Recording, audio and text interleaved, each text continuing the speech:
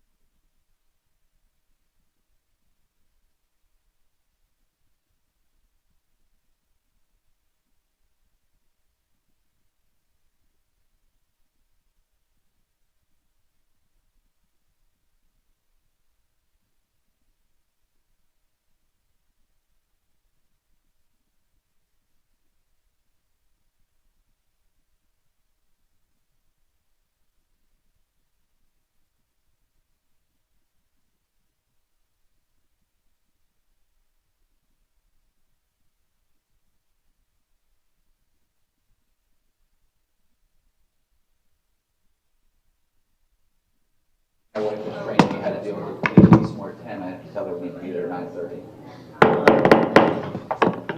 Good morning. Welcome. Today is Tuesday, October 8, 2019. It is 10:03 a.m. and we are in the city chambers, and I call the city commission regular meeting to order.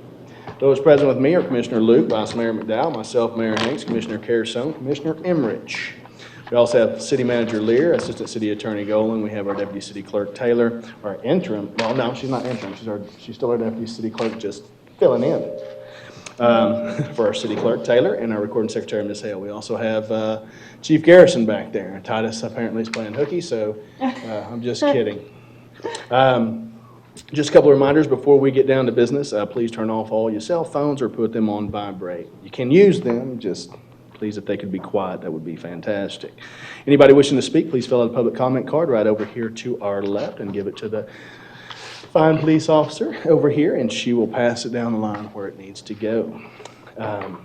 With that, I have an invocation by Pastor Timothy Harris from Faith Seventh-day Adventist Church. Come on up, sir. Are you here? Nope, not here. Well, Ask again. The gentleman looked like he was. nope. Pastor Timothy Harris. No, I think I know him. I just don't think he made it. Is there a pastor in the house? Let's just, anyone. I can do it. Yeah. Oh, yeah, that's right, we have one. All right. Well, let's stand for the invocation. And then the Pledge of Allegiance led by Commissioner McDowell, if she wouldn't mind. Father, we thank you for this day. We thank you for this gathering that we get to come together, Lord God. And Lord, we just pray, Lord, that you give us wisdom, knowledge, and understanding and insight into the decisions we have to make. For they are truly important decisions. They affect so many people. We ask, God, that you keep our hearts pure and our minds right. We ask for a good meeting today. In Jesus' name I pray. Amen. Pledge allegiance to the flag of the United States of America and to the republic for which it stands, one nation, under God, indivisible, with liberty and justice for all.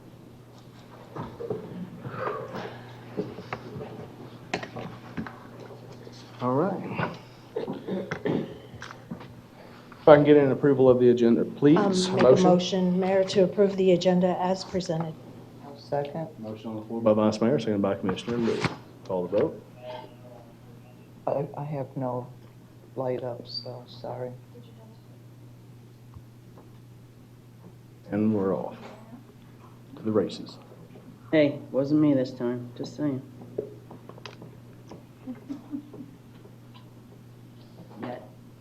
Someone else. There it is. There we go. And that is approved. Moving on. Public comment. Commissioner McDowell, do we have any public comment I cards? do not have any cards, Mayor. Okay, thank you very much. We will move on to announcements. City Clerk, please read announcements into the record. The current vacancies for the following boards and committees include the Art Advisory Board, Audit Committee, Beautification and Tree Scenic Highway Committee, Charter Review Advisory Board, Citizens Tax Oversight Committee, Community Economic Development Advisory Board, Environmental Advisory Board, Historic and Cultural Advisory Board, Joint Management Advisory Board, Northport Youth Council, Parks and Recreation Advisory Board, Planning and Zoning Advisory Board, Public Utility Advisory Board, Zoning Board of Appeals. The upcoming expirations for the following advisory boards and committees: Beautification and Tree Scenic Highway Committee, Citizens Tax Oversight Committee, Parks and Recreation Advisory Board, Public Utility Advisory Board. One Northport resident to serve on the Sarasota Manatee Metropolitan Planning Organization's Citizens Advisory Committee. If anyone would like more information, please see the city clerk's office. Thank you. Thank you. Move on to consent. City Manager, did we have anything pulled for discussion as of noon yesterday? Yes, sir, we have 3 items pulled, item I, J, and L.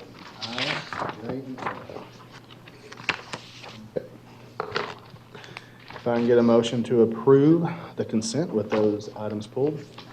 I'll make a motion to approve the consent agenda as presented, removing items I, J, and L. Second. Motion on the floor by Vice Mayor, seconded by Commissioner Luke. Let's call a vote.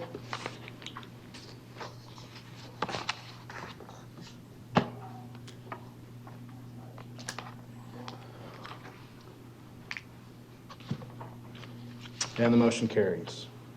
All right. Move on to item I. City Manager, please introduce the item. Thank you, Mayor. The item, as you remember earlier in the year when we approved the canine for the canine to be trained for bomb detection, that was a donation from one of our residents.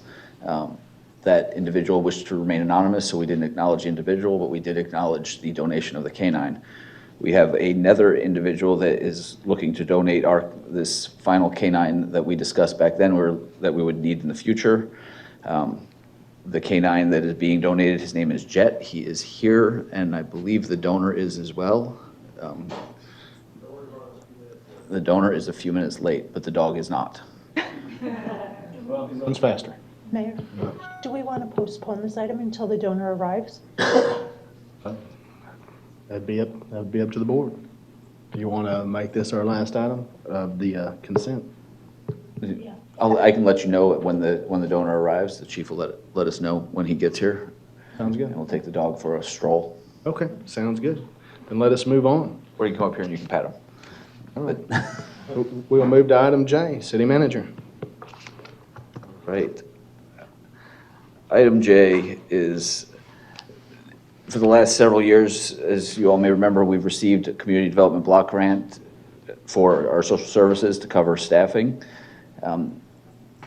We're one of the few people in the area that actually get one that covers staffing. Most of the time, the CDBG grants are more for projects themselves. So this is the renewal of that grant to approve $54,000 from us, or to us, between us and the city of Sarasota County to come from the federal government to fund positions in social services. But with that, it was requested to be pulled by Commissioners Carasone and Vice Mayor McDowell. I believe some of the questions may have been answered. I'm but fine. So it was Commissioner Carasone that still had some items I believe they wanted to talk about. All right, fantastic. Commissioner Carasone, floor is yours.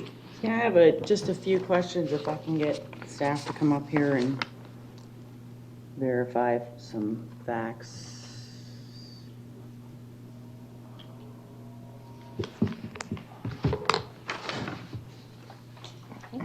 Hi. Janet Cavillo, Social Services Manager for the record. Janet, how much have we received in grants and donations and volunteer hours throughout the year? So for grants throughout the year, not including the 54 subrecipient agreement, we've received a total of $61,279. So that includes our SOS grant and then our EFS. Our SOS is our Season of Sharing grant, and our EFS is our Emergency Food and Shelter grant. And I would say approximately on volunteer hours, including our volunteers that volunteer weekly, and for our events, that would be about over 300 hours. Wow. And so if you had to put a monetary value on that, that'd be pretty high up there. That's a lot. Yes, ma'am. Okay, so I guess what my point is, all right, well, let me move on. How many seniors and veterans do you think that we've served? In the last fiscal year, Yeah. I actually have those numbers because I prepared some information for CM yesterday. And we've actually served 139 seniors and 15 vets in the last fiscal year. Wow. And that's through our direct services. So this is our services we provide with rental, utility assistance, water. That's not referrals out. That's what you as That's what social we have done. services do. Mhm. So if you referred out, it'd probably be more than that. Yes, ma'am. Okay. And then, so, in general, how much do you think that we spend on salary versus what we spend outside to the community? What were those numbers? I think I saw something. Well, as far as our direct services, our supportive services, that's our light heap or rental or water utility assistance referring out, that number equals $165,055.45. So that's a pretty high number that gets distributed out to the community. Doesn't come from the general fund, doesn't come from our pot of money. It literally gets straight to the clients from other agencies. The agencies allow us to fill out the applications, do the pre-screening, get everything ready for the client to get the services. And aren't we the only ones authorized to complete the access point? You guys had just done that training, I want to say a year or 2 years Yes, ago. yes, ma'am. We are the only agency in Northport that is authorized to do the access points, and that was something that the Suncoast Partnership to End Homelessness reached out to us and said, hey, you're the adequate agency to do these access points. Can you get this approved? And we actually brought a memorandum, an MOU to you for approval for that. And real quickly, do you have like an example of an everyday case that would come through your doors? Well, I think I would have several, but I feel like the one that there's some cases that you just take home. You just can't stop thinking about them because they pull on your heartstrings, or they're impactful. But we had a client come in seeking water assistance. She was an amputee, and she actually had gangrene on her hand, and so her water was shut off. And we refer out to other agencies because when situations like that happen, that's emergency funding, so we have to get another agency to help. We did. We referred her over to another agency. Come to find out, we spoke to the other agency. They said they were going to help her. Come to find out, they didn't help her. She spent the whole weekend without water. So we had asked her to come back if she didn't get the services, just because that's what we normally do. Hey, we're sending you here, but if something doesn't, if it doesn't come to fruition, please come back. She did. So we ended up filling out the application, sending it to another agency that we send our water referrals to, and immediately got her water turned back on.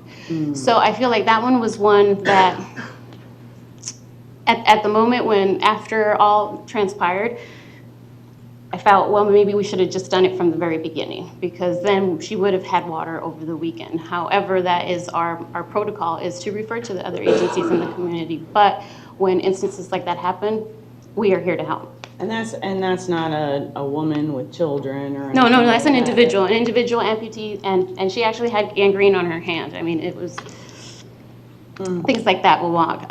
We had a gentleman too the previous week that was a veteran in a wheelchair, needing rental assistance. He had housing. He actually had housing, lost his housing because his grandson died. And so all his money was sent up north to help his family, and then he lost his housing. So we actually got him connected to the one agency in Northport that actually helps with veterans, is JFCS. So we got him connected with the resources, and he was able to get housing again. So Wow. It really depends. I mean, that was an individual veteran. So we get individuals, we get families, we get everything that comes through the door. So as you see where I'm going with this, because I know that there's been a lot of discussion about why do we as a city actually handle social services. Maybe you don't know this, but Okay. it's been kind of out there in the public, and I know that you know, we as a city decided that we were going to do things that helped our community continue to be safe, healthy, and their well-being. And so I guess I'd ask you, if we don't provide this service, if we did not do this, where would people go? Well, I think like the example that I just gave, you know, we referred out to another agency that should have been able to help but didn't. And I think that's where we meet the instances where if other agencies aren't able to help with the finances, or if they don't have the grants, we're able to step in to balance that out. And I mean, it really does take a village. It takes them and it takes us. It's not just one doing the work of everybody. I've had instances staff has to refer out to 3 agencies to help one family. And the reason we have to do that is because Not everybody has all the money. Exactly. Yeah. And Yeah. each grant has a stipulation of you can only help with $1,000 or you can only help with this because they've already used up the majority. So there's instances where we have a family that goes to 3 different agencies to get one-time assistance.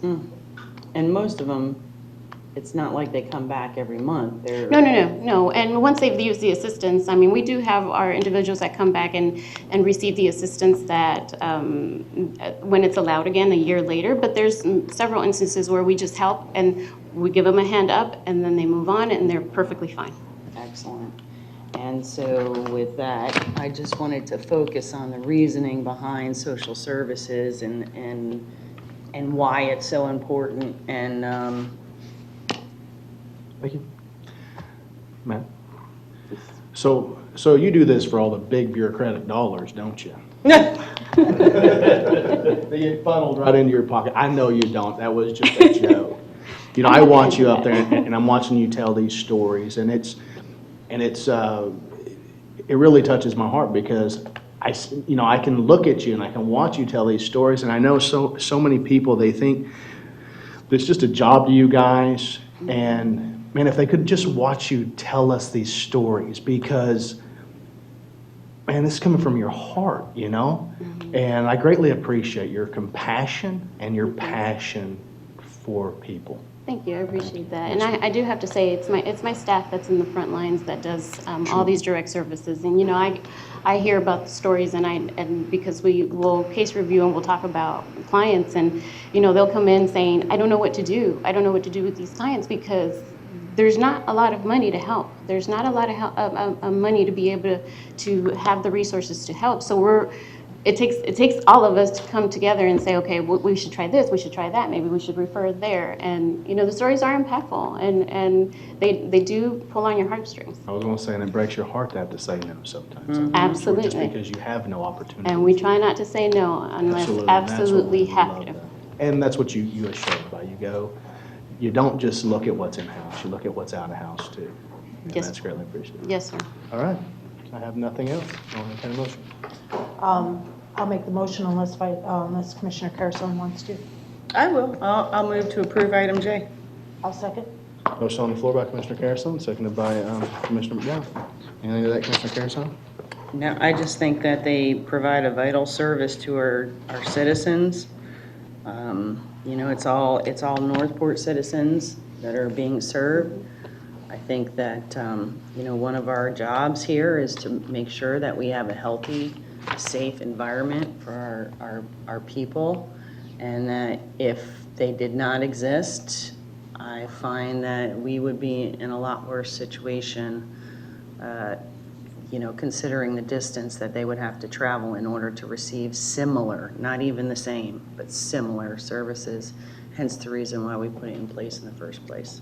So, and I thank you and your staff you. for all you do. Appreciate you. Commissioner Thank you. McDowell? I have nothing. Thank you very much for your stories and presentation. Absolutely. Thank you. Okay, let's call the vote.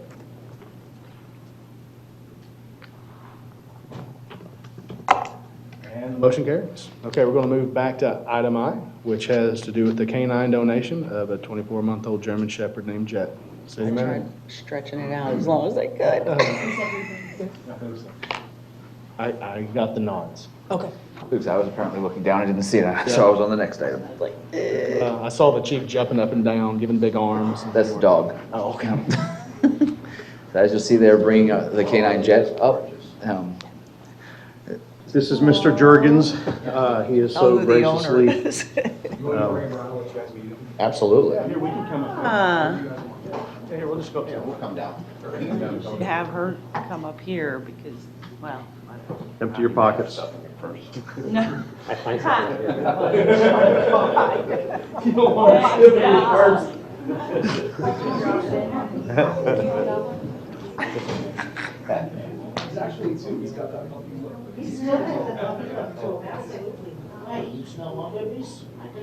That's not what he smells.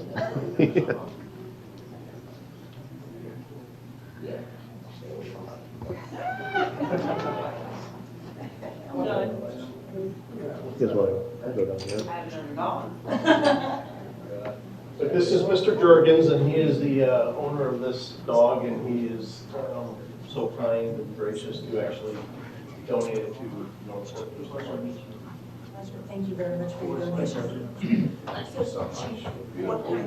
What is this dog going to be trained to do? This dog is going to be trained to detect narcotics. Chief, Chief, use the handful of microphones, nobody else can hear you.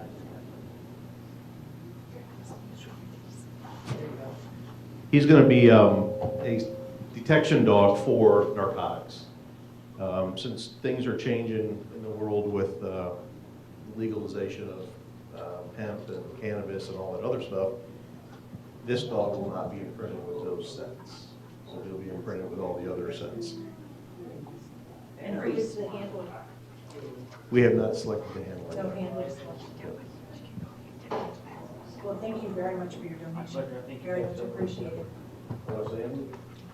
It's just an honor. I mean, I've had the pleasure of meeting Commander Harvey for this time, and the whole process of, unfortunately, I was not able to keep him, just to work related and everything like that sense, so I can't have the time to keep him, but to know that he's going to be going to such a great department, he's going to be making a difference in this world, means all the world to me, and for you guys, I mean, God bless you all.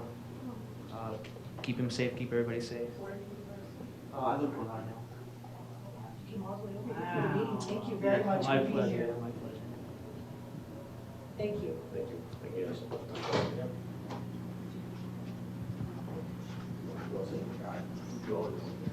Thank you. Thank you. Thank you.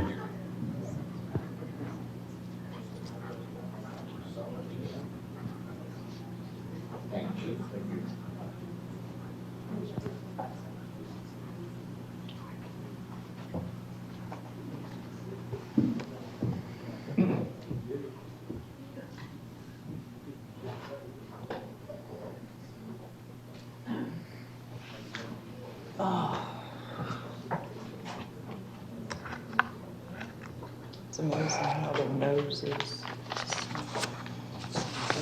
Nothing for item I. I will entertain a motion. Mayor, I'll make a motion with a very grateful heart.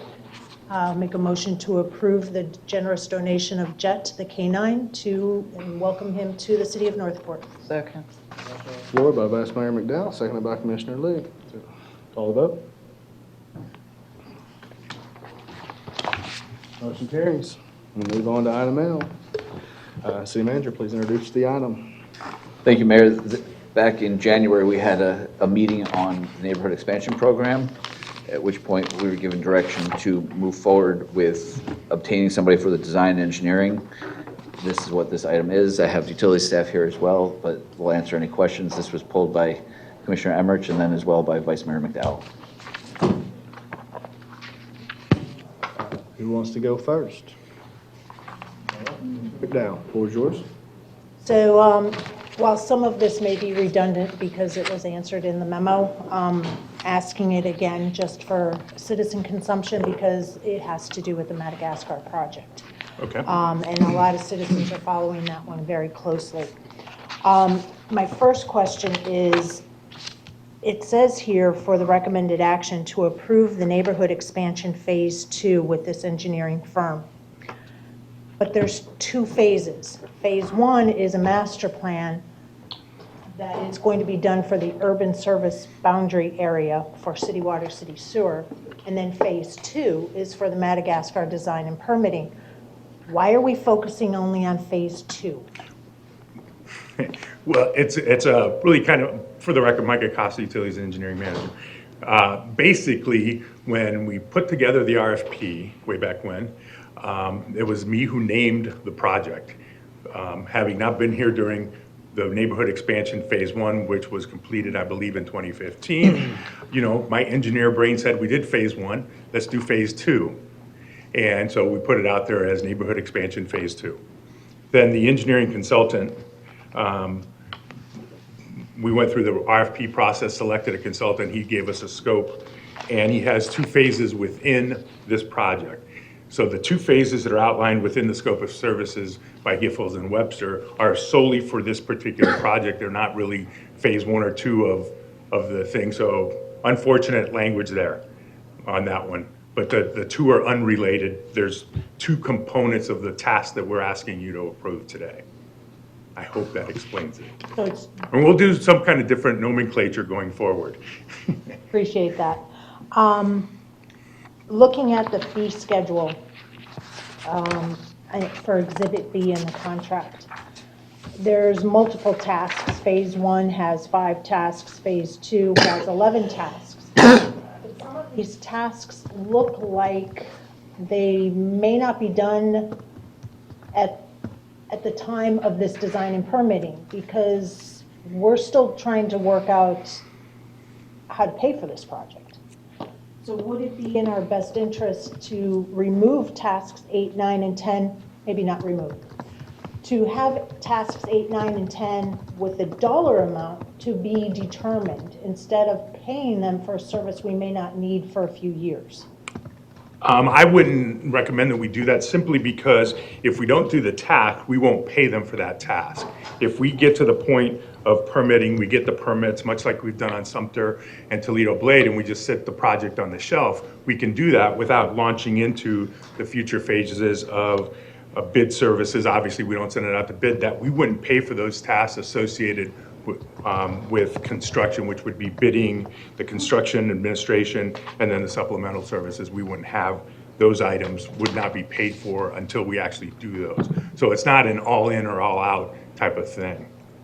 Fantastic, I appreciate that, because I don't want us writing a check for $597 some odd dollars and not getting everything that we're supposed to be getting done. So I appreciate that Completely concur. clarification. At this point, Mayor, I have no further questions. Okay, Commissioner Luke? Yeah, this was one that I had questions in the one-on-one on.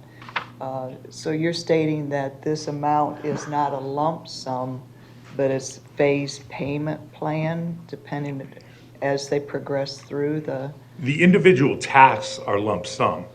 But if you stop at some point, the logical one would be the Madagascar. If you stop after we do construction documents, we have permitting done, we have the contract documents ready to go out to bid, we decide we don't want to go out to bid at this point, we would stop there and we would not pay for bids, phase services, construction administration, inspection, and those supplemental services. We wouldn't do those dollar amounts at this Which in the point. contract states that?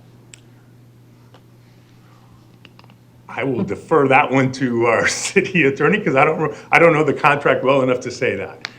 That's pretty common on, in the world that I've always lived in. That's what we've always done. If you stop at some point, that's certainly what we've done with the projects on Toledo Blade and Sumter.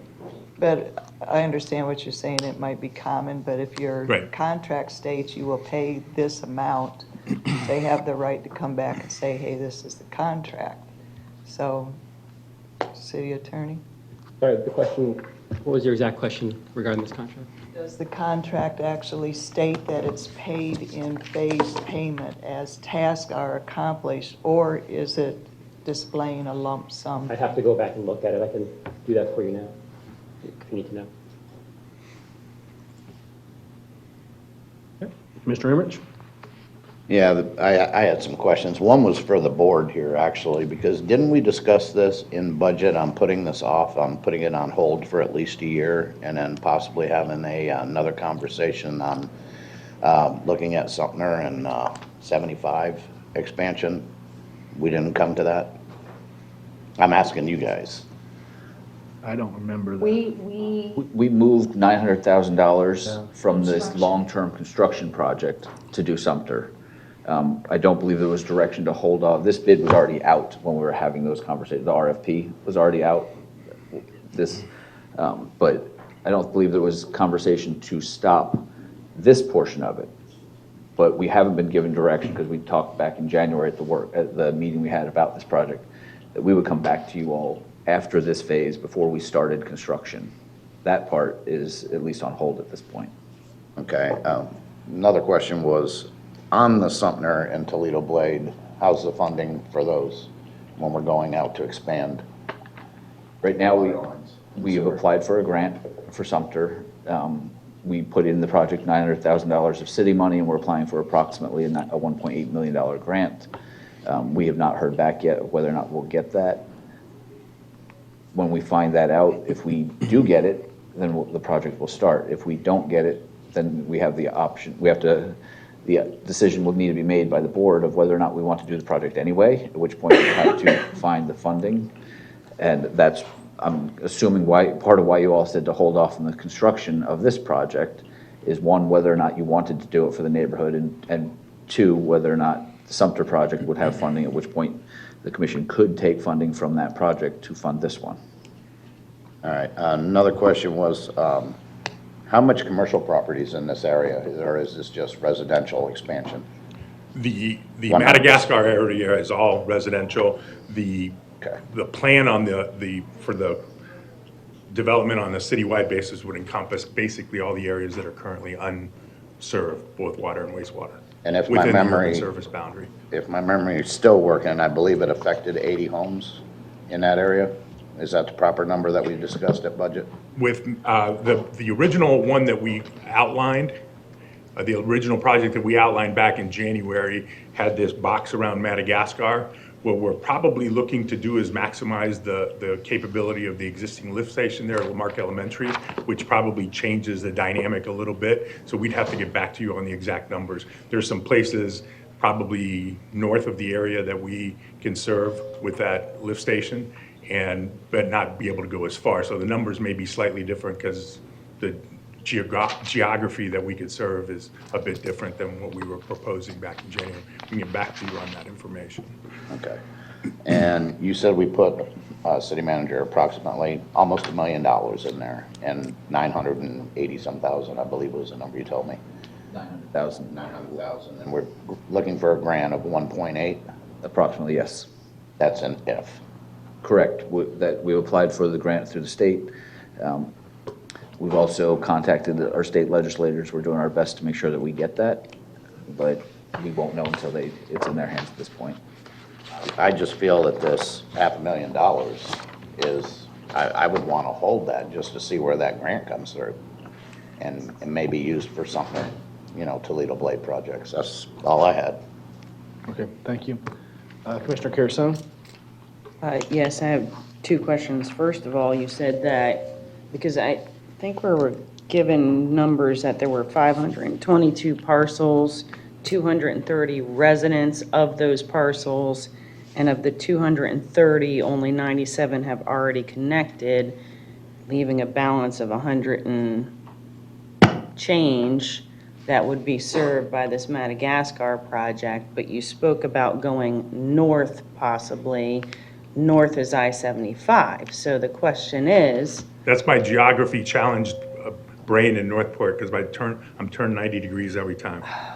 The part that's to the Lamarck Elementary side, the geography changed in that if we use only a gravity system for the wastewater side, you can only go so far, and you go basically kind of radially from that lift station. Obviously, Lamarck Elementary blocks a good portion of that. That station was deepened when Lamarck was built in order to do exactly that, to serve additional area. And so the numbers that I recall was that there were about 200, I'm going from total memory here because I did not review this. When we did, looking at the minutes. Okay, from the presentation, I thought that was probably that first area. I wanted to say there was 220 something, and there were 80 something, 90-ish, that were existing homes. They weren't served necessarily because there's not infrastructure there, but there were existing homes there. But you're taxing my brain from January, so. That's, well, welcome to my world.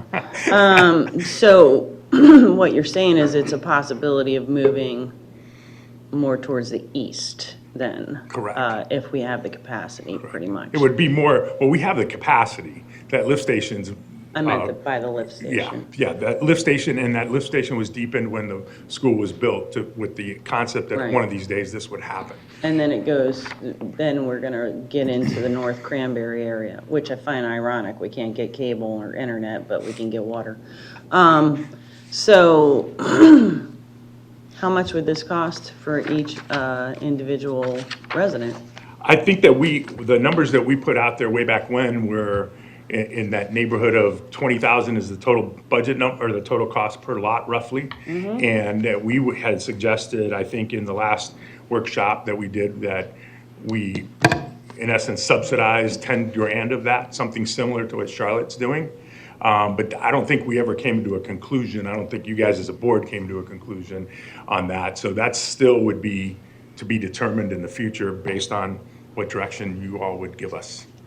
So I guess just for the record, I do not support this, as I've stated before. Granted, I voted for it the last time, $10,000 or $20,000, and we don't have a plan on how we're going to have the individual resident, hook up without it impacting some of them dramatically. $20,000 is a lot of money. Right, understand, I think that what we proposed, we showed you different levels of funding. Since these are basically, the proposal would be to fund it via surtax dollars, you can certainly put it in at zero cost to the homeowner.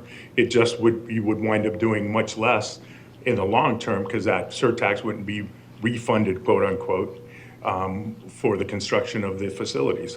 But I mean, those are decisions that haven't been made, and that you all have the option to make it a zero cost for construction purposes. I think that there would still be the capacity fees on the water and the wastewater side. Well, again, we go back to, if those decisions aren't made, we don't know how it's going to impact the resident financially. Why are we going forward with this until we have those under control? It's kind of the chicken before the egg, as far as I'm concerned. So,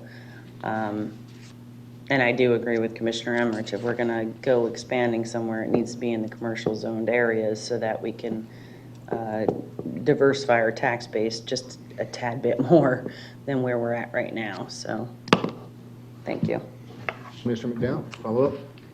So, being one that is against the Madagascar project from the beginning, because of the cost, while I understand staff is saying it's the $20,000 to connect to the city water, city sewer lines, there's also the additional cost to run it from your house to the lines, which is about $10,000. I have always been saying we got to focus on the commercial before we focus on the residential. We got to help bring in these businesses. During the budget, when we moved the $900,000 for construction that was slated for this project to the Grow Florida for Sumter and 75 to lay the infrastructure for the grant, so it's a matching grant. It was stated that this is only for design and permitting, so that way then we have a shovel-ready project should another grant become available. My question is, if a grant becomes available for this, would those costs still be given to the neighborhood, for hooking up? Or would that be reducing their cost? I think that it would be when you say given to the neighborhood, I think it would be given to the utility or to the city, and that would ultimately reduce the individual's homeowner's costs, yes. Because part of that would be, that grant money would offset the construction cost. I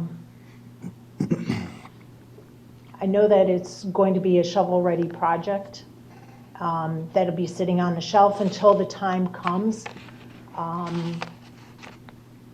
But I have to wonder if this, and it's not $500,000, because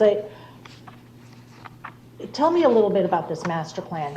because I don't want to kill both phases all at the same time.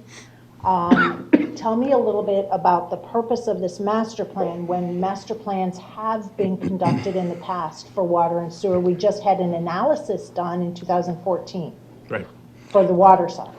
right. So I went back and read the 2015, 2014 master plan delivered in September 2015 on the wastewater collection side. And it basically doesn't say a whole heck of a lot other than it says that there's a wastewater collection system. They did a small little model, and that was it. They really kind of didn't address the expansion other than say, maybe you don't need to expand in the wastewater collection system. I would personally have disagreed with that recommendation in 2015. I certainly would disagree with it in 2019, given what's happened over the last couple of years with green algae and red tide. So what the master plan, quote unquote, within the current project is to develop kind of a roadmap on how the expansion and into neighborhoods and all areas within that urban service boundary would go going forward into the future for however long that would take to, in essence, get rid of septic tanks in the long haul, whatever that means from a time standpoint. But they would create these little sewer sheds, which are the little geographic areas where we would have that you would, depending on the technology selected, whether it's a lift station or whether it's a vacuum station or something like that, it would develop those areas, proposed areas that would be served with those technologies going forward, and a roadmap on how to get there. And some high-level cost on it. That number's gonna be scary, I can tell you. Yeah, city water and city sewer, there are areas in the city that have city water. There are areas that have city water, city sewer, and then there's a large amount of areas that are on well and septic. This phase one of this is also going to be determining gravity versus vacuum versus low pressure wastewater. You got it. Can gravity only be used in certain areas and vacuum only in certain areas and low pressure in other areas? Or are they trying to determine what is best citywide?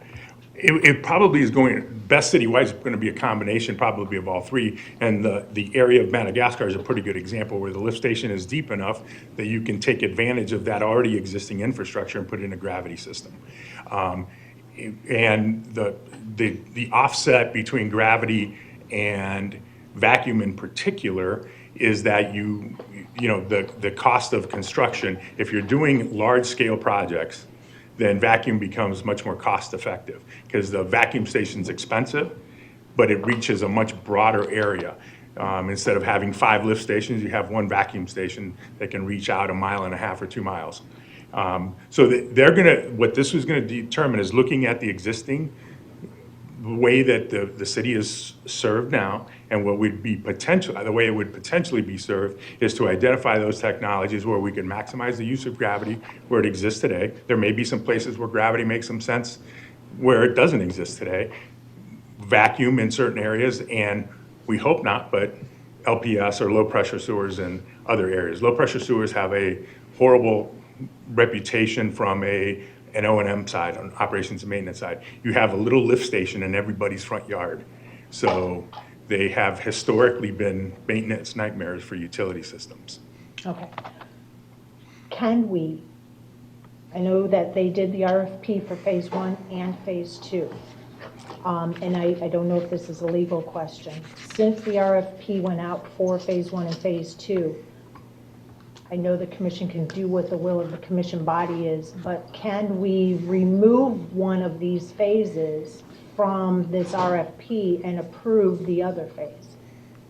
The RFP is locked in right now.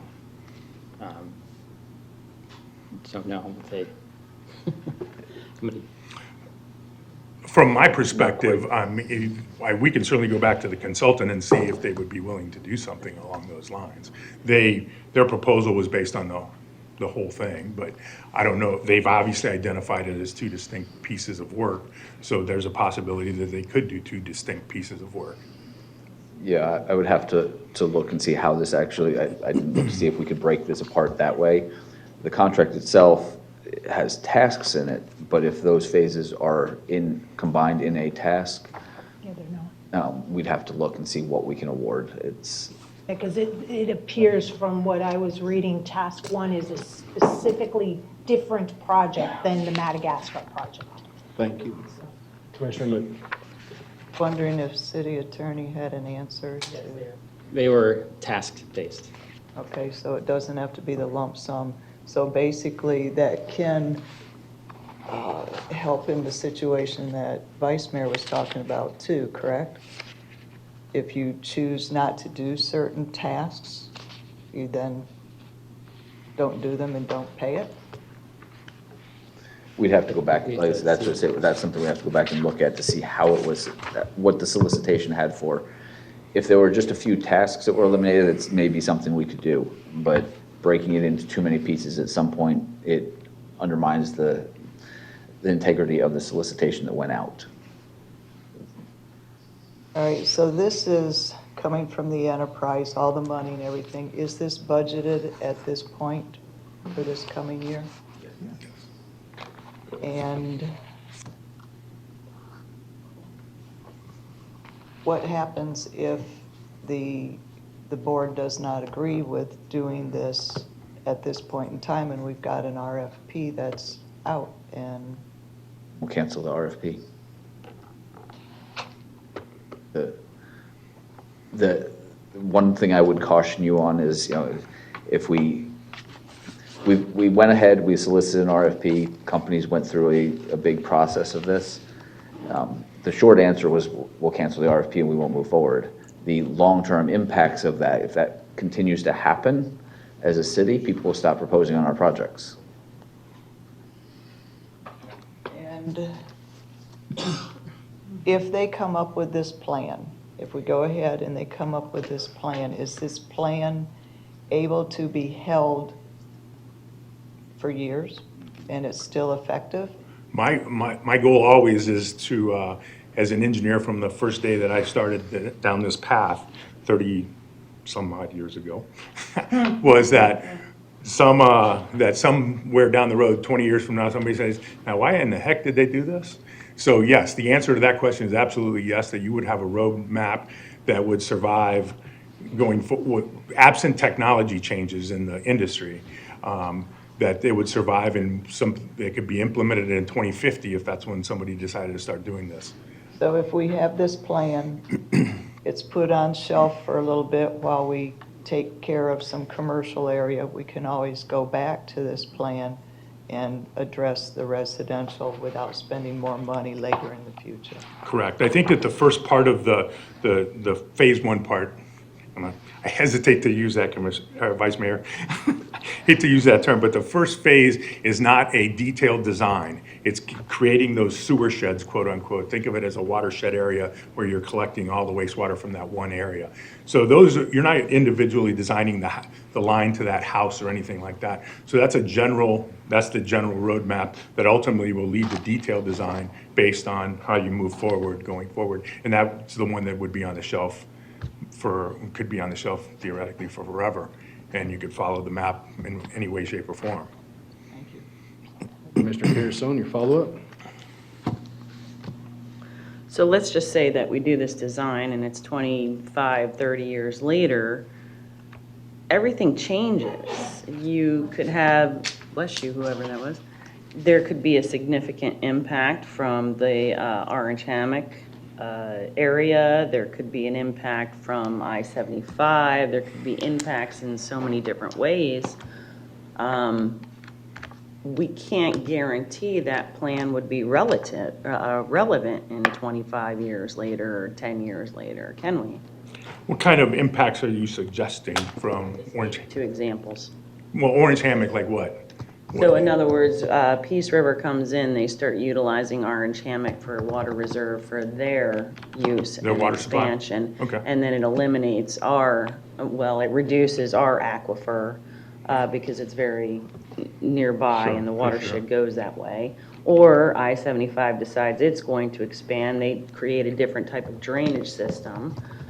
Or there could be other types of projects in that particular area, specifically Cranberry. If we're talking going to the east, Cranberry, there are commercial areas out there by SCTI, so on and so forth. So the impacts of those areas then turn around and impact the residential area. And again, all of this, we don't know if it's going to work in 25 years because of those particular, I mean, it's a moving project. Price Boulevard, don't know. At one point, what if Salford opens up? We do have a main school there. We don't know. 25 years from now, a lot can change. So my point is, theoretically, yes, you could put it on the shelf. Realistically, when it comes to 20, even sometimes 15 years later, you cannot guarantee that that will be relevant information. I don't know that I would disagree wholly with that. I would disagree with parts of that. I mean, your land use is established today. And unless something's going to change on the platted lot side dramatically, then you can go out there and do stuff that would be relevant. I mean, we're talking about a broad swath here. There are 45,000 unsewered lots today. Water's a few less than that, but those are huge numbers. So if certain pieces of that gets affected, would the plan have to be modified? Remember, we're not doing detailed design there. So they could be modified relatively easily if you had those kinds of things going on. But you're correct. I wouldn't guarantee you what's going to happen 15 years from now. You know, 15 years ago, we didn't have an iPhone. 15 years ago, I was younger. nobody, We all were. A little more hair. So you're right. Technology moves on. yeah, The arrow of time keeps moving on. okay, I'm done. Okay, it's time for a motion. Have nobody else? Can I ask just one follow-up question based on a comment city manager made? It's time to move on to the motion. We've had our discussion question time, and we've had our follow-up. Somebody has the motion button pushed. I'll make a motion, Mayor, to approve the RFP for only Phase 1 of the master plan to phase tasks 1 through 5 of Phase 1. Not doing Phase 2, and having the city manager come back with a memo confirming the engineer's willingness to proceed with only Phase 1. Do I have a second? Motion dies for lack of a second. Motion? Okay, I'll make him. Go ahead. When the button, I'm going to move to approve the contract number 2020-02. Do I have a second? I'll second that. Commissioner Luke? Thank you, your motion. The answers that I got suffice me to proceed without endangering the reputation of the city putting RFP out. Thank you. I agree. I also believe that we need to diversify in all our infrastructure building. Though I do absolutely agree we need to focus on commercial, because commercial is what's going to help do it. We still need to diversify in what we do, whether it's commercial and residential. We need to be doing both as much as possible. So, Commissioner Carasone? Yeah, I just want to make sure why I'm obviously not going to participate, or I'm going to not approve this. One is that I love the idea that we would diversify both within residential and commercial, but we don't know the impacts to the individual resident. We don't know how much it's going to cost. We don't know whether we're going to get any grants. We don't know whether we're going to help fund it 50%. We don't know any of that. And until I know that, I feel like it's a decision made without all the facts. I don't believe that doing something now will be upheld in 15 to 20 years, even if we did put it on a shelf. I've seen it too many times. Tamiami Trail a design plan. We've got, I mean, there's a ton of things that we tried putting in place 15 years ago that's no longer relevant. The roadway that's between the Heron Creek Middle School and Morgan Center that was supposed to go all the way out and connect the two. So, and then 10 years down the road, we have to spend more money because of the changes by the state. And so those are the reasons why I can't support it, along with the fact that I just don't know how this is going to impact the individual homeowner. Because if it's additional $20,000, I got news for you. You think our increase to the taxes affected people? This will be it. Thank you. Commissioner McDaniel, you have 3 minutes. City manager, how many times in the past has the city commission put out an RFP and then not move forward with it? I don't have those numbers. I can find them out, but that is not something. 2 or 3 times. So it has happened before. It's one of those things that, like I said, the reason I stated what I did is we went through a lot of work to get this. More so, the vendors went through a lot of work to respond to this. So it's just not something, it's just a caution to you all of, if we're not going to do something like this, the proper phase is to not put it out. You know, obviously the commission has the right to not accept any contract that comes before them. So, yeah, I'm not saying you don't have the option to do that, and doing it once won't kill the city, but doing it on a repeated basis will. I heed your warning. Thank you for that. I would have been more inclined to go with the motion that I made to do the phase 1 and not do the phase 2, because I do feel that phase 1 is important, but phase 2 has a direct impact on these citizens. We have 90 citizens in the Madagascar area that will have to come up with $20,000 to $30,000 like that, whereas the others have a vacant property. They will have to come up with the same money, but it is carried over 30 years in their mortgage. So the dollar amount to come up with is spread out already over time. They don't see it, whereas the 90 residents see it immediately, and they have to come up with that money. I really would hope, and I'll make an amendment if it is in the interest of the board, that we work out these details first before we proceed with these kind of studies and these kind of design plans, so that the citizens see that we are thinking about them and we are focusing on their concerns financially for this $30,000 cost. If I could, if you recall from our workshops, we had that in place. It wouldn't be in their mortgage, quote unquote, but it was I think that we came to the conclusion that we spread that out, that cost, whatever that cost was, over a 30-year period, and they could pay it on a monthly basis thereafter. Right, but there were also other things that we were talking about doing was incentives if they hook up within the first year. We talked about if it's not broke, they don't have to fix it until it's broke. We also talked about doing a septic inspection plan. And those things haven't come before us. So because of those things that are still missing pieces of the puzzle, I can't support this. Commissioner Emich, floor is yours, 3 minutes. After listening to everything going on here, it's still back to, I can't see spending $600,000 to have it sit on the shelf. We can expand in commercial, we've got failing lift stations, we've got all sorts of things out there that need attention right now. I can't support it. Commissioner Luke. Oh, sorry.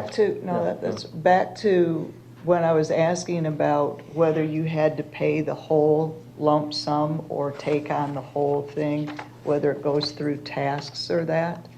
This is why I was asking, because I'm in total agreement with the others of not having this plan going out to Madagascar. So my understanding was that by having it, you put that RFP out, you're doing what they say, but you only go to a certain point and say, no, I don't want that done.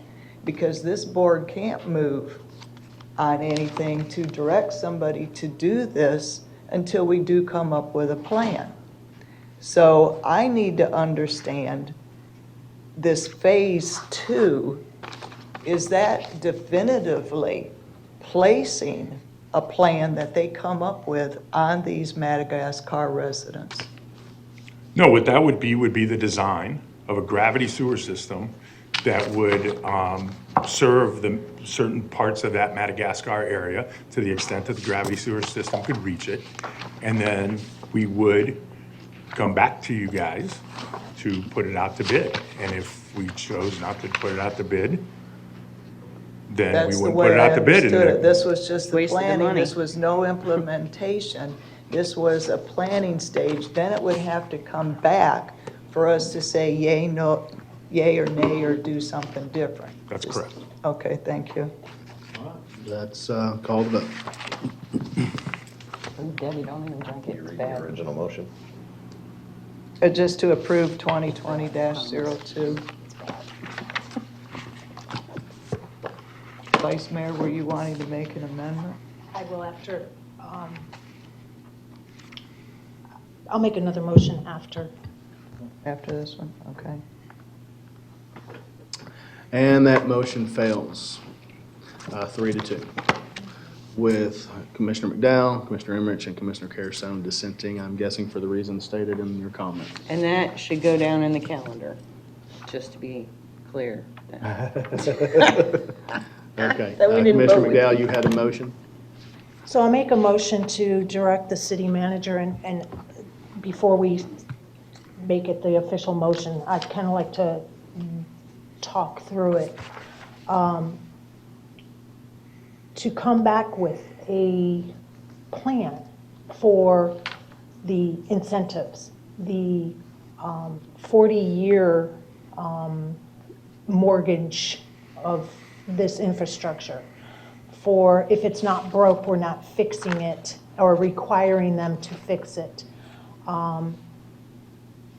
Because those are the pieces that are really necessary for the neighborhoods. It has to be And- very concise. I know, your motion. I'm talking through it because I want to see if, Got to make the motion. I got it. Talk I'll through make a it. motion Yeah. to instruct the city manager to come back with a plan to include incentives for hooking up. How about all that we discussed at that workshop? Well, we kind of talked about it at the workshop, but it wasn't captured in the motion. So I'm going to make the motion as specific as I can. Please. Make a motion to have the city manager come back with a plan with the following criteria: outlining incentives for residents to hook up within the first year. 2, to have a plan for the 40-year city being the mortgage holder of the infrastructure hookup, and I don't know what that's called.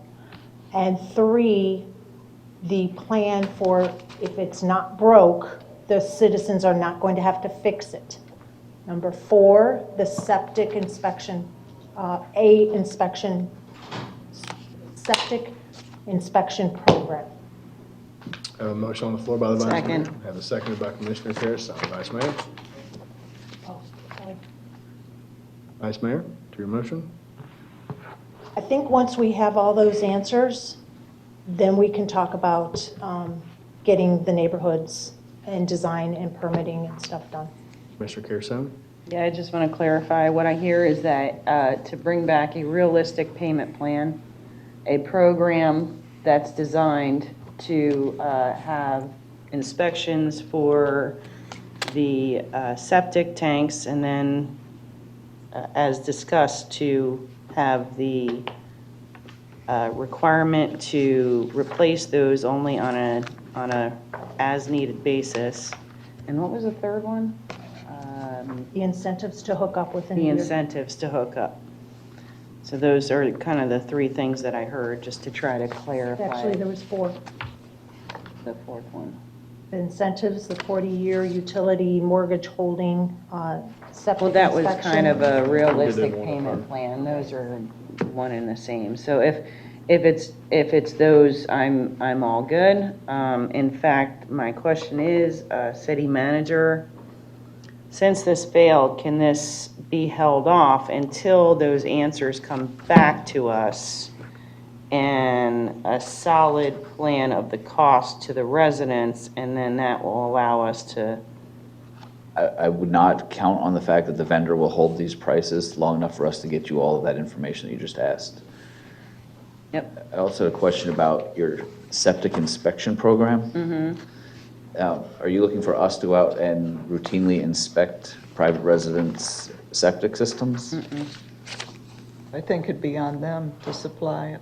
Well, that's what it said, to create a septic inspection plan, so I need to know what that is. I think what we discussed was an annual or biannual, five-year plan to inspect their, Yeah, their, Inspection service. no, that they would have to provide an inspection service. If there's a failure of their septic system, they are required to hook up to sewer, and I get that that still means the lines have to be run out there in order for them to hook up, but there would be a definite financial impact that we would have to have the lines somewhere so that if they fail, they would hook up, but it wouldn't be that individual initial hit.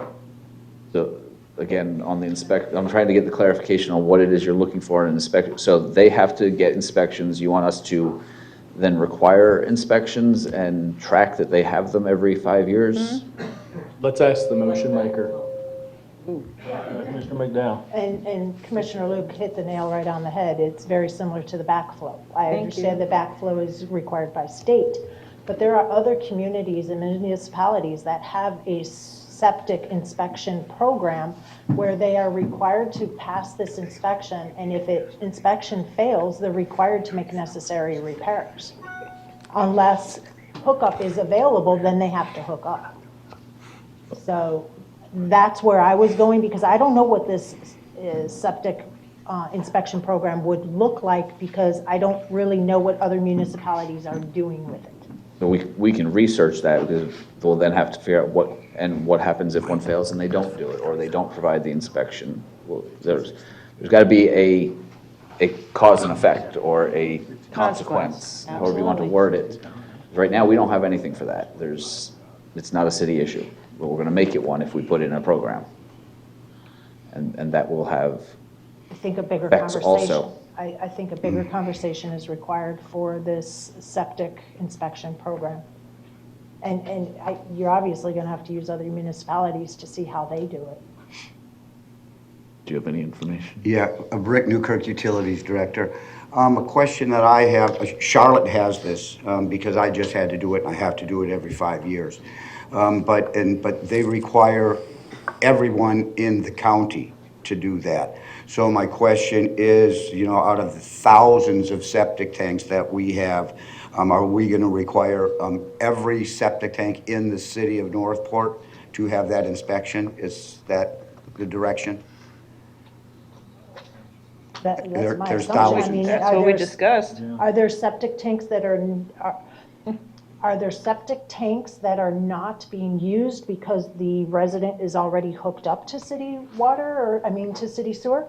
No, I mean, if the people where we've put sewer in that had existing tanks, they are decommissioned and Okay, not so if in they're use. decommissioned, The question, No, Mr. Newkirk's asking is, so is the septic inspection is going to be a citywide program? Everybody in the city that has a septic tank?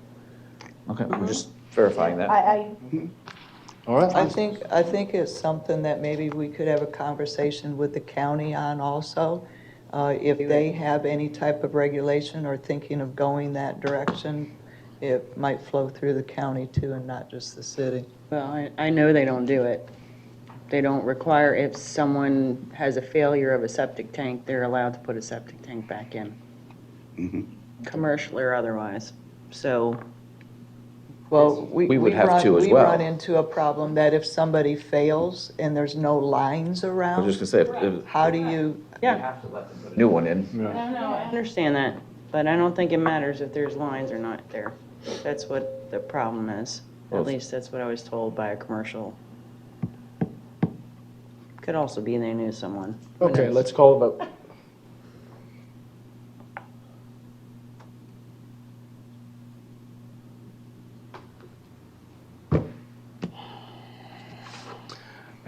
and that motion carries. All right, I have a, thank you. I have a question before, after this discussion, I'm wondering if I am allowed to make a motion on this and pretty much state what the vice mayor stated in her first motion that failed for a second. Am I allowed to do so? There was no second. Hang on. Yeah. Wait, staff. Rick, don't leave. We're still on you.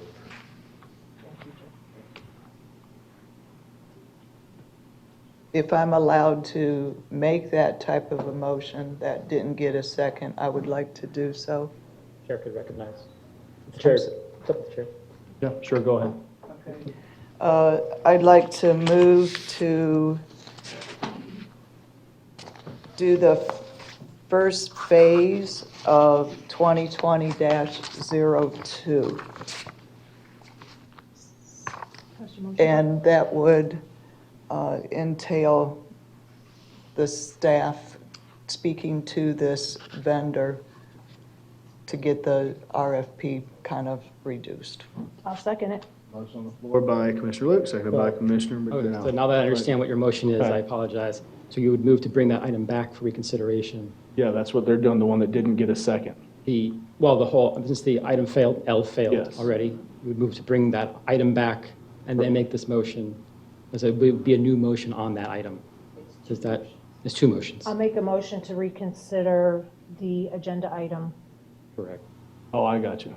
I'll second it. Motion on the floor by the Vice Mayor, seconded by Commissioner Luke. Let's call the vote.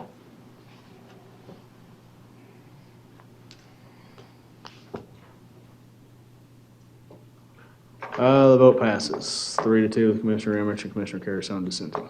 Okay, now I'll make the motion to approve Phase 1 only of 2020-02. I'll second. Motion on the floor by Commissioner Luke, seconded by Commissioner McDowell. Let's call the vote.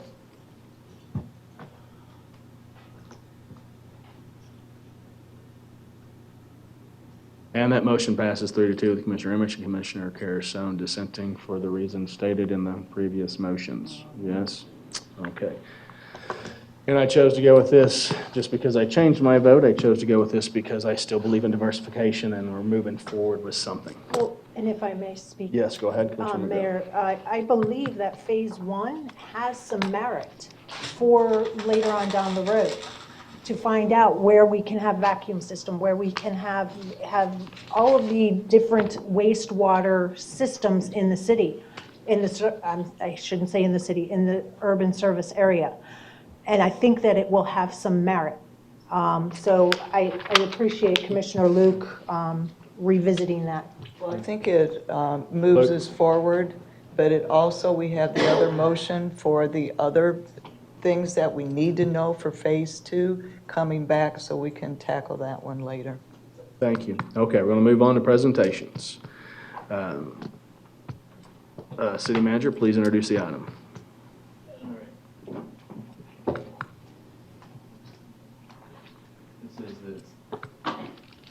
Thank you, Mayor. This is the Sarasota County Centennial Celebration presentation. I'm going to ask Mr. Frank Cassell to come up, who's making the presentation.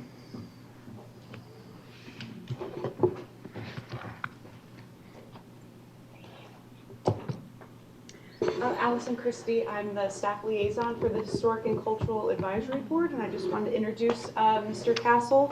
The board heard a similar presentation at their May meeting and wanted the commission to hear from him as well. So. Thank you, Mr. Cass. We have 15 minutes to present. Well, Commissioners, thank you. Good morning. Thank you for having me here. I am Frank Castle, retired history professor and university president. I've been retired down here for some time. And I'm appearing before you in my capacity as chair of the steering committee of the Sarasota County 2021 Centennial. We are a committee appointed by the Sarasota County History and Preservation Group at the request of Historical Resources, which is a unit of county government. But we are not part of county government, although we do have an association with them. Our charge is to plan as best we can a year-long celebration in 2021 of the founding of Sarasota County. In a broad sense, then, what we're trying to do is to talk about the history of how we became a county. To that end, early on, I wrote a book about this, which a copy is in your files, which sort of lays out what I think is an intriguing and interesting story of why the county split off from Manatee County. And indeed, if you read it, you'd quickly find that although you did not exist at that time, the issues over which the split occurred had a lot to do with your future, because it fundamentally, at heart, had to do with the route of the Tamiami Trail and the efforts by the northern part of Manatee County to redirect the Tamiami Trail to go east from Bradentown and not south. And obviously that would have had an enormous impact on Sarasota and the southwest coast of Florida. It was, in a sense, a live or die issue. And because Sarasota County did come into existence, it was possible to block that effort by the Bradentown people. And as a result, this part of Florida was opened by really an excellent road system, which allowed it to flourish economically and in terms of tourism and industry. But the celebration of 2021 is intended also to take in not just that discrete event of how we became a county, but really it's a 100th birthday party. So you want to talk about the whole 100 years of history, which obviously does now include Northport. You have a fine base history that was written for your 50th celebration, and you're now at 60 and probably ready for to have somebody update your city history. A lot has happened in the last 10 years. So, am I supposed to be operating this thing? Here. You just scroll. Oh, here? What do I do? I roll it. Oh, okay. Sorry. When I was teaching history, we didn't have gimmick Chalkboards. like this. Okay, how are we celebrating? Well, there are certain things that we can do on our own. Lecture programs, which we're working out with the county library system, for example.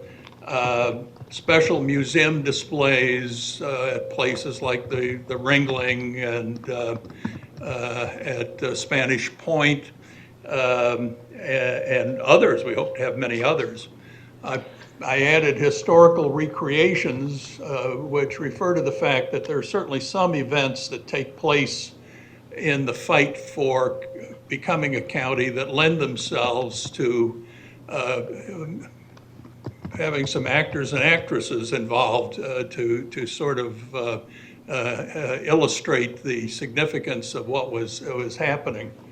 And since we don't have much time, I'm going to have to stop there, but there's a lot of other things that we have in the works. The philosophy that lies behind this, there's a reason why this isn't being done by the county. When I wrote this book on how we became a county, I included a chapter, actually an afterword, on previous celebrations of becoming a county. There were a few, starting in the 30s, There were big ones for the 50th anniversary and an even bigger one for the 75th in the 1990s. My analysis was that they all fell a bit flat, largely because they were pretty much county operations, and they were pretty much centered in the city of Sarasota, and that they lacked a broad attraction to the people and businesses and associations of the county. So this time we rather wanted to begin with the assumption that the county was created by the people and not the other way around, and that it was, the purpose of the thing should be for the people to take a look at their county and to sort of see what they created. What we're trying to do is really to broaden this out and involve all kinds of people and organizations in this. We think there's history everywhere. We think there's a lot of history that's not being collected. We think that 20, 30, 40 years from now, people will look back and not have the information they should have about how the county developed. I was interested in your debate here, how often you ranged from talking about 15 and 20 years ago to talking about 15 or 20 or more years ahead. It was fascinating to see how you use history and how you're both a product of history and the creators of history.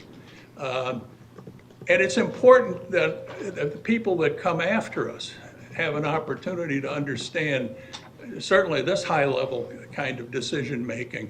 But of course, history and the building of communities goes on in many ways all over the place. And we think this celebration can be used for the collection of that history.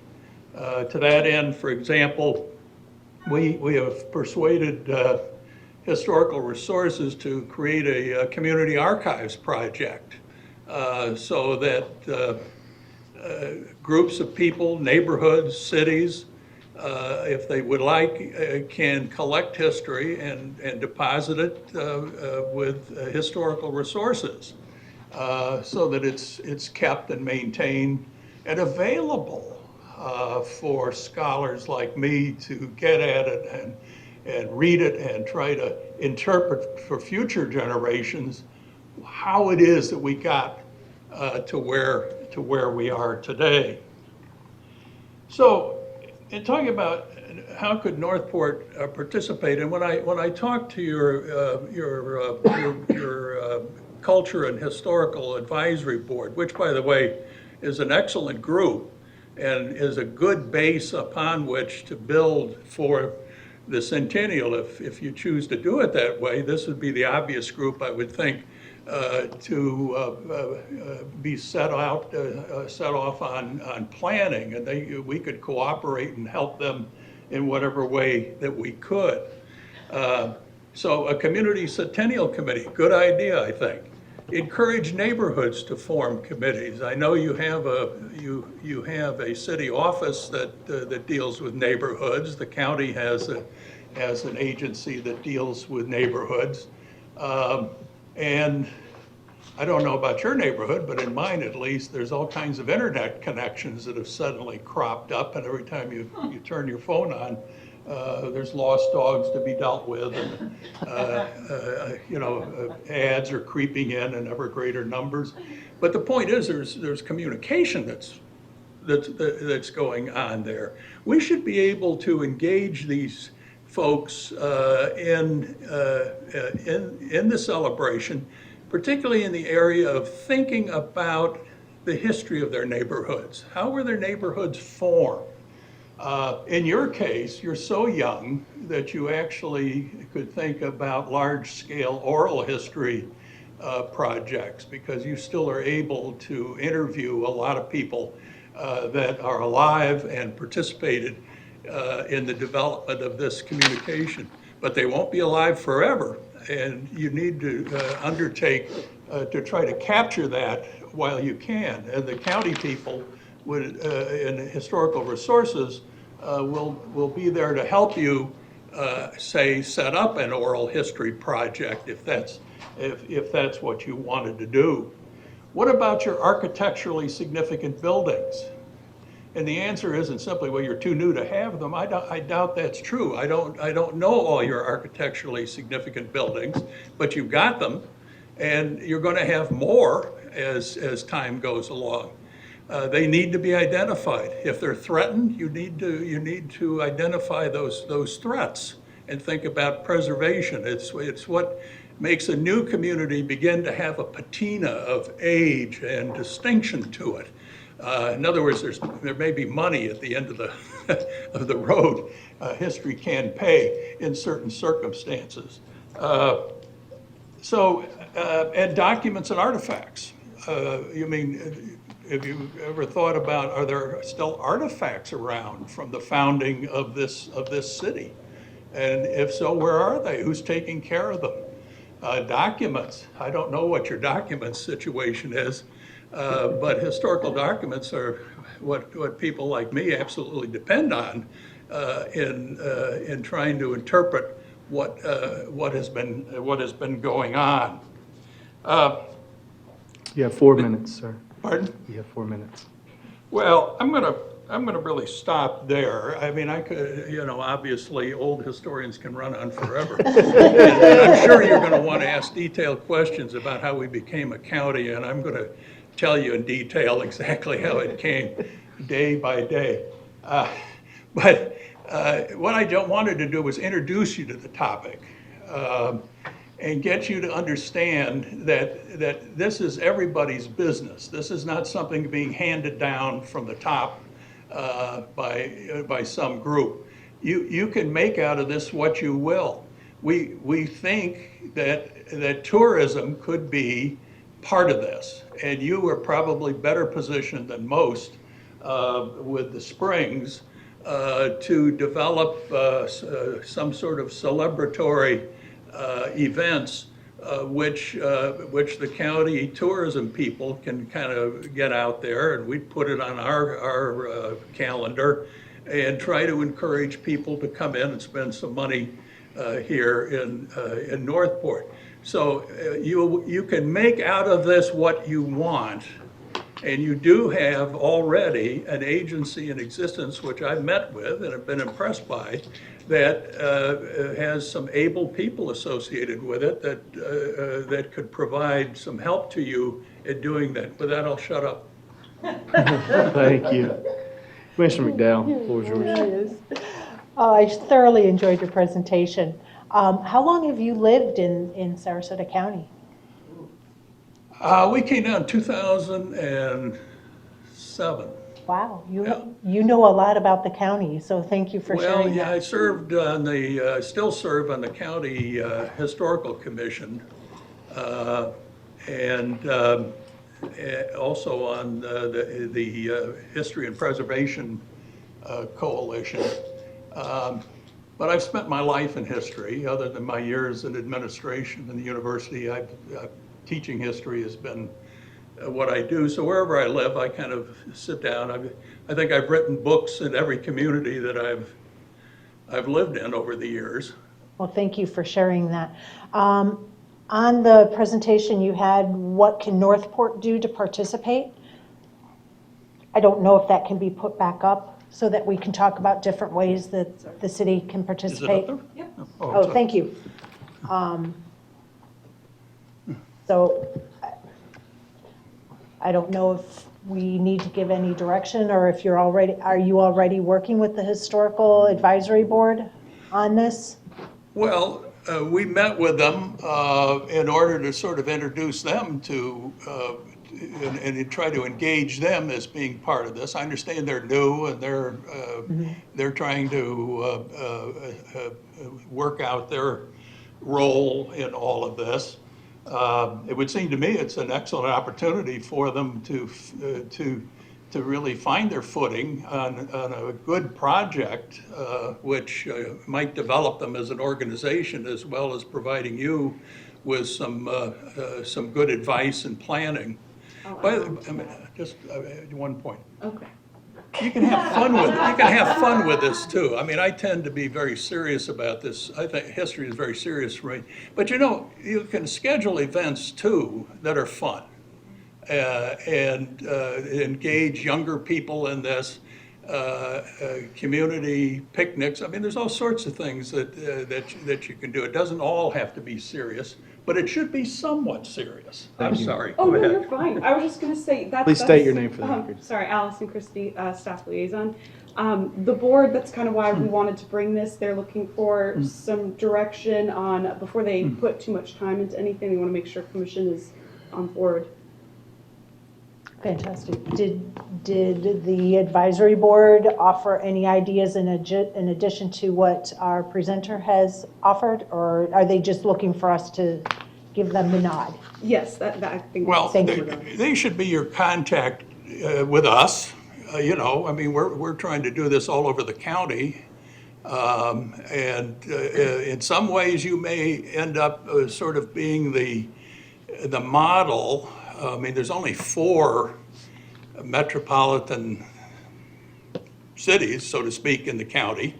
And you're the first that we've really looked at to see if it's possible to make this sort of thing work. So, but we're there to be of as much help as, you know, I mean, she represents one more staff member than we have, by the way. I mean, our group is entirely volunteers, but it's also a very good group with a lot of talented people in it. But it is a bottom-up thing, as I said from the beginning. So we're prepared to work with them. We'll take advantage of the one staff member. Thank you. That's all I have, Mayor. Thank you. Commissioner Luke? I love old historians. I said I love historians, and the older the better. Well, you've got one here. They carry the history with them. I like the idea of what you're doing. To me, it's like the Friends of Legacy Trail. It was this, you know, these citizen groups with an initiative, and so I like that. But my question is the county going to do something outside of what you guys are establishing? Well, the answer to that is yes. I've been seeing each of the commissioners. I've been through 3 of the commissioners and a 4th one coming up and a 5th one yet to set the meeting. We are also working with the constitutional officers of the county, and we expect. We have representatives on our group, for example, from Parks. Where else do we? Not from schools yet. So But we're trying to get representatives from the kind of the big libraries, of course. We've got libraries represented, and they're starting to form their ideas. The One Book, One Community program, for example, from the library. We certainly hope that they will take advantage in 2021 and use a book that you know, would be suitable with this celebration. So are you working with the county? I mean, it's not conflicting. You're doing one thing, they're doing their own thing. Are you working collaboratively? Yeah, yeah, we're working together, I guess is the best way to put it. And we're going to get some help from say, their PR experts on it, although the tourism people have also been very helpful on that score. There's a lot of people out that are perfectly willing to get involved in this, and so I can't tell you exactly where all this is going to lead. It's not one of those things. I know you were that group over there was very concerned about detailed plans, and I don't want to vote on something till I know what the hell's going to come of it. Well, we can't operate that way. I mean, we're trying to stir people to get involved, and so new ideas are coming forward. Some of those ideas are good, some not so good. Some things we start they're reliant on volunteers to do, the volunteer dies or moves someplace else.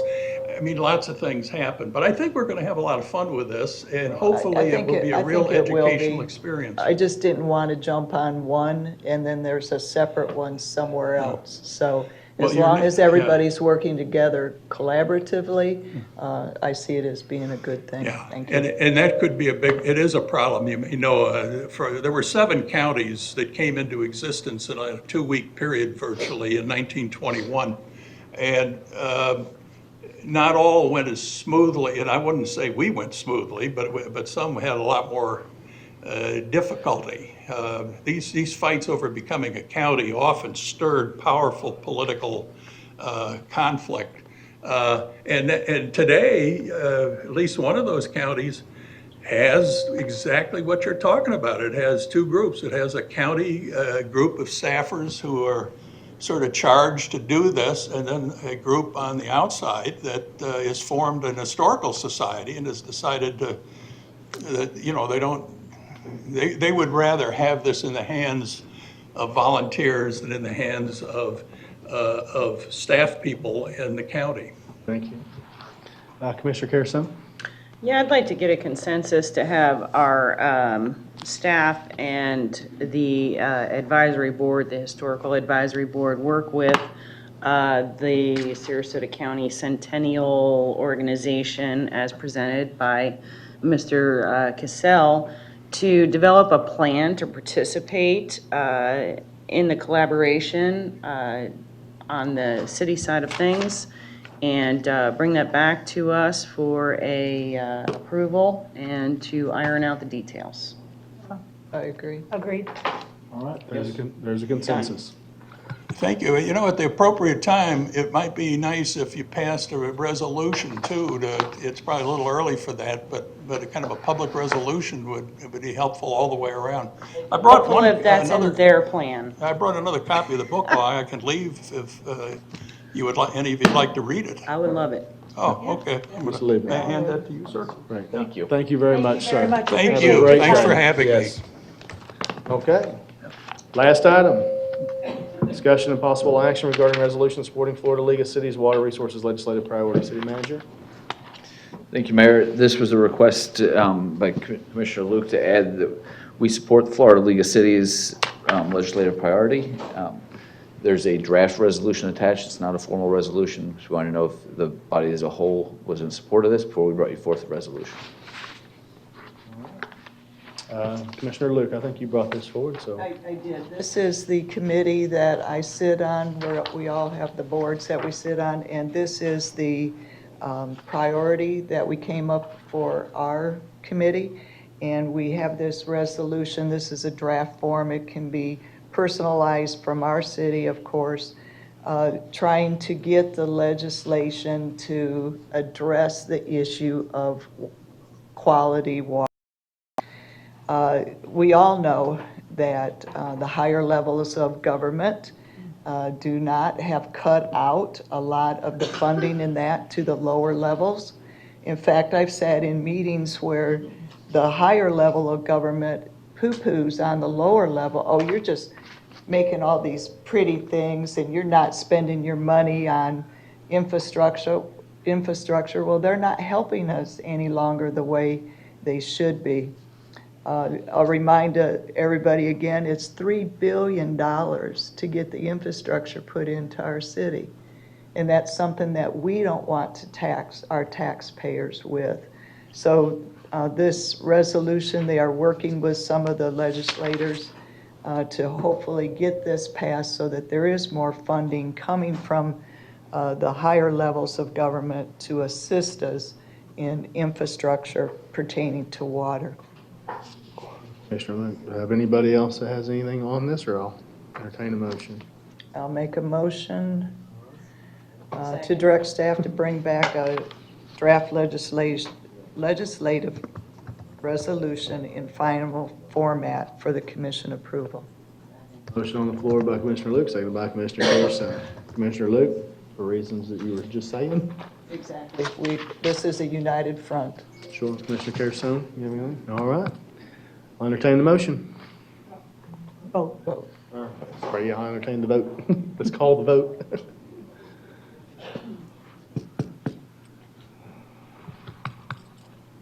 And the motion carries. Thank Okay. you, everyone. Thank you. Want to move on to public comment?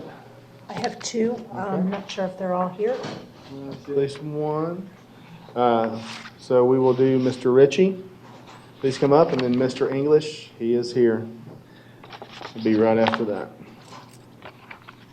Mr. Ritchie, you have 3 minutes. Please state your name for the record.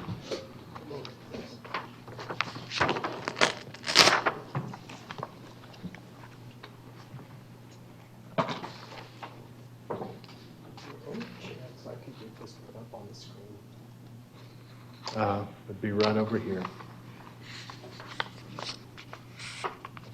Once he starts.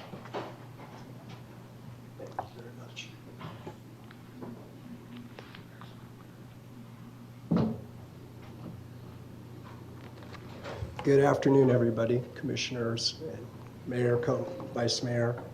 My name's Tim Ritchie, and I'm a resident of Punta Gorda Isles. I'm also the founder of March Against Mosaic. I've been to your chambers a couple times, and each time I've come, I've been speaking about Mosaic Fertilizer LLC and the Mosaic Bartow Chemical Plant and the Mosaic Bartow Gyp Stack. Now, if you all look up there, you'll see the green highlighted areas.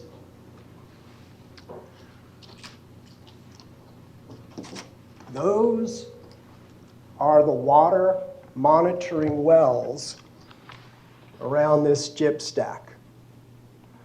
For every 1 ton of fertilizer Mosaic produces, they produce 5 tons of phosphogypsum waste, which is slightly radioactive. On Monday, September 30th, there was a meeting at the Mulberry Civic Center. It was for the hearing on the Bartow Chemical Plant, the renewal for the water permit. There was an article by Betsy Calvert from Your Son. And in here, I was at a table, and I walked up to Betsy, and she was asking Emery Betancourt, Mosaic's PE, about radiation in the wells. Well, I had a lot of info in my briefcase. I took out a 75-page report that mentioned every one of these wells. Now, every one of those wells you can see are almost all of them are marked in green, which means they're contaminated with gross alpha particles. There's way over in the sodium, the sulfur. What a great meeting today. I come in and I hear about the water. Then I hear about 20 years previous. I hear about 20 years in the future. I had a very long discussion with Vishwa Sath, lead Bartow FDEP. I am going to request that every one of you contact him. We have about 8 more days before they make the decision on this permit. I am going to request that you all tell them no. We want more findings. We want an investigation because we're not satisfied with the questions that we had. It was a long day from 4 to 7 p.m. I was the first one at the door. I was the last one to leave. And I want to thank you all for your time.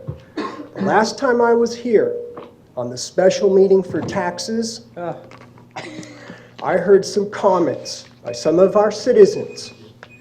And I have to say this. I respect your time and your dedication. You have no idea. I live in Charlotte County. I come here because I have a great respect for you. I would never stand here and ever say to you, I could do your job for free. I'll get up here. I appreciate it. Because I'm a private citizen, Thank and you. I want to tell you last night, Mr. English, thank you. just Thank you so much. I appreciate it. Did we get the information of who to write to or anything? I will make Okay. sure to send it to Thank you all. Thank all. you very much, Mr. Ritchie. Mr. Thank you. English? Yeah, I don't just shut them down when they're against me. I shut them down when they're Sorry, sir. Morning. Good morning. I'm come up for you to give you an update on an issue that I raised months ago. And thankfully, the city manager and staff have provided me with a significant amount of information as it relates to Sable Trace and the lack of soil samples as it relates to that project within the floodplain of Maxahachie Creek. The information I've been given, well, the last memo I got from the city manager basically said they didn't have to do it. Okay? It appears that based on that, and based on the amount of information, I sent it off to somebody a lot smarter than I am as it relates to the issue. And hopefully, within a couple of months, they'll get back to me on it also. Okay. The other issue I have is that they have been presented to you, I believe, alternatives for the type of spray the city is utilizing. It appears that there are differences of opinion as to the effectiveness of these sprays. Based on individuals who are in the business, right, that rationale doesn't hold true. It appears that it's a cost-to-benefit ratio over health, safety, and welfare issue. I think that priority is a little mixed up. That's basically it. I just wanted to bring you up to speed and thank staff especially because they've been really outstanding and answered my question. I wish I could get the same from you all, but you all are precious. Thank you. Have a blessed day. Thank you, sir. All right. We're going to move on to Commission Communications. Commissioner Luke? I have nothing today. Okay. Commissioner McDowell? Yeah, I just have a follow-up. When we appointed Ms. Heather as our interim city clerk, I got to be thinking what happens, I'm using my phrase, if Ms. Heather gets hit by a bus or gets sick or unable to do her job for any length of time, what do we do? We get rid of the buses in this city, that's what we do. Thank goodness we don't have transportation too much in this city. But seriously, what do we do if that situation should arise? Under the charter, you'd appoint another interim city clerk. We would just appoint another interim? Okay, thank you for that answer, I appreciate that. So my next thing is we all received a memo about the pool, and we had talked about possibly extending hours since the pool hasn't opened yet. And I was wondering if the city manager could give us an update on the pool, how many staff we've hired. I know we were planning to open in like July. Did we hire all of the staffers? Have we had to let any of them go? Are we going to be able to open, like one of the suggestions was until Thanksgiving? Do we have enough staff for that? Thank you, Vice Mayor. Or do Actually, you want to just wait until 2 weeks from now for this conversation? no, I'd prefer to have the conversation today. Thank you. As with Sandy, because any changes, the sooner we can get the information, the easier it is to do or not do. Exactly. But our Parks Director, Sandy Funheller, and as she affectionately referred to her as T1 and T2, are both in the room. I'm not sure they like my responses to T1 and T2, because in my world, that means Terminator. But Or our age, let's be clear. Why are we talking about age this week? we are not. Go ahead. Sandy Funheller, Parks and Recreation Director. So just to address the staffing, we've conducted over 40 lifeguard interviews. The memo had listed all the recruitment efforts that we went through. And at this point, we have 16 Star Guard Elite certified guards. We have lost some that either didn't make it through the training, background check, or didn't get the hours that they wanted, so they have left. So at this point, we have 16. We need 19 on deck to open all the full facility. So what our plan is to have the management staff work in the capacity as lifeguards. They are all trained for that as well. I'm going to let Assistant Director Wisner kind of give you an overview of what that plan is. It's something that we think we can do for probably 2 weeks after we opened, but it's not something that's sustainable beyond that because it would require both management staff and lifeguards to be on deck, and that would be their sole responsibility at that time. Tricia Wisner, Assistant Director, and as an update, unfortunately, we did have one more lifeguard since that memo that has decided not to continue employment. So we do have 15 StarGuard Elite lifeguards. We do have 4 management team members, so we have the head lifeguard, supervisor, assistant supervisor, and the pool technician that are all StarGuard Elite lifeguards as well that can fill that capacity as needed.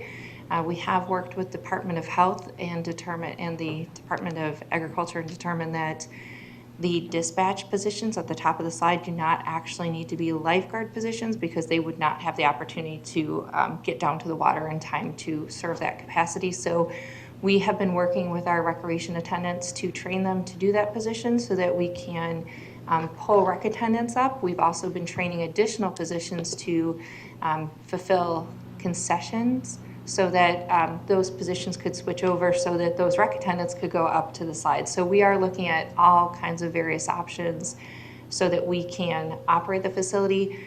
Additionally, as we look at the positions that were laid out by the Department of Health and Councilman Hunsaker on the map, if you remember, there was 15 in-seat positions, and then we would rotate 4 through cleaning, first aid, and break, keeping in mind that we have some staff that are 16 and they require breaks at certain intervals.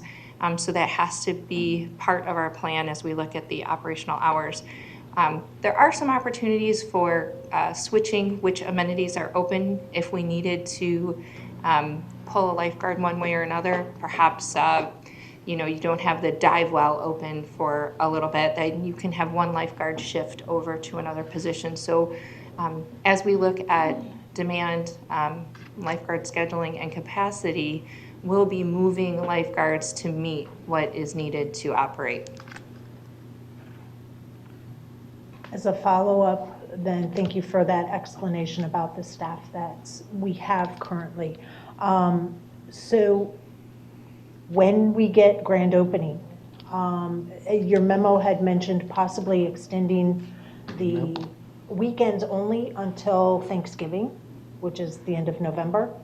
But I heard you say we could do this for probably 2 weeks. So I'm wondering, 2 weeks or end of November, please don't tell me we're opening in the middle of November. It's going to depend on when we get that green light to open the facility. Right now, you have a tentative date on your calendars for ribbon cutting and grand opening. We probably are going to move that by a day, depending on when the Department of Health gets out there to inspect everything. And then we also had to reschedule DBPR for the concession, and they are not available for a good 4 days in that week that we were planning to be open. So we're kind of at the mercy of their schedule for that. Could we open without concessions? We could. That would be something that we would look for direction if you'd want us to do that. Well, if DPVR can't inspect, but the pool has been approved and is ready for is ready to be opened, I would hate to have us waiting for concessions. Personally, we're probably only talking a day or two difference. So concessions, are you talking about being able to cook like hot dogs or something, or can we still just like sell water and candy bars? Anything with concession. So we would not be able to sell bottled water or candy bars or anything out of concessions. We would just, okay. So if you're looking for direction, I can see about. Let me go through because I have other folks. Other lights on in this, oh, I didn't realize that. Mr. Carson? Yeah, first of all, when was this memo sent to us and where is it? Memo was sent to all of the commissioners. At what date? Because I'm looking all the way back to September and I can't find it. Wasn't that long ago. I will find it again. It's dated October 2nd. I don't remember what date that I received it, but the memo's dated. Third. October 3rd. Okay. Yeah, I don't have anything between 9:30 and Tuesday. Was it sent by you? Yes. Yeah. You're gonna have to see this because people are never gonna believe me on this one. I promise you. Okay, so I have no clue what you're talking about. All right, so the need for 19 lifeguards, was that the requirement of the study or is that the requirement of the health department's inspection? That originally came from Councilman Hunsaker, and it Okay. was reapproved by Department of Health for our emergency action plan. Okay, emergency, but they've never stepped foot on the premises, Department of correct? Health has been to the facility 3 or 4 times. Okay, They've they also have. been looking at our paperwork. They have not completed an inspection. However, they have weighed in on the placement of lifeguards. Okay, so they've weighed in, they'll make their final decision on how many lifeguards we need when they do their final inspection, which is tentative, correct? Correct, but we're pretty confident with the numbers of lifeguards.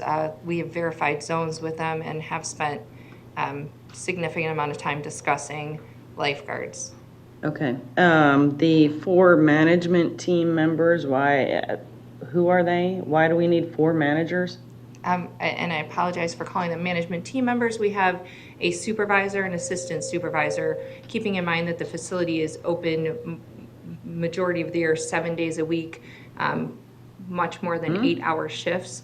That gives us the opportunity to have supervision. We have 1 head lifeguard, and then we have a pool technician. Okay, a Those head are our lifeguard, but why is a pool tech a supervisor? He's not actually a supervisor. Okay. I apologize for putting him in that category. He's one of our full-time staff members. Most of our staff members are part-time and seasonal, so these are kind of perhaps better referred to as the core team.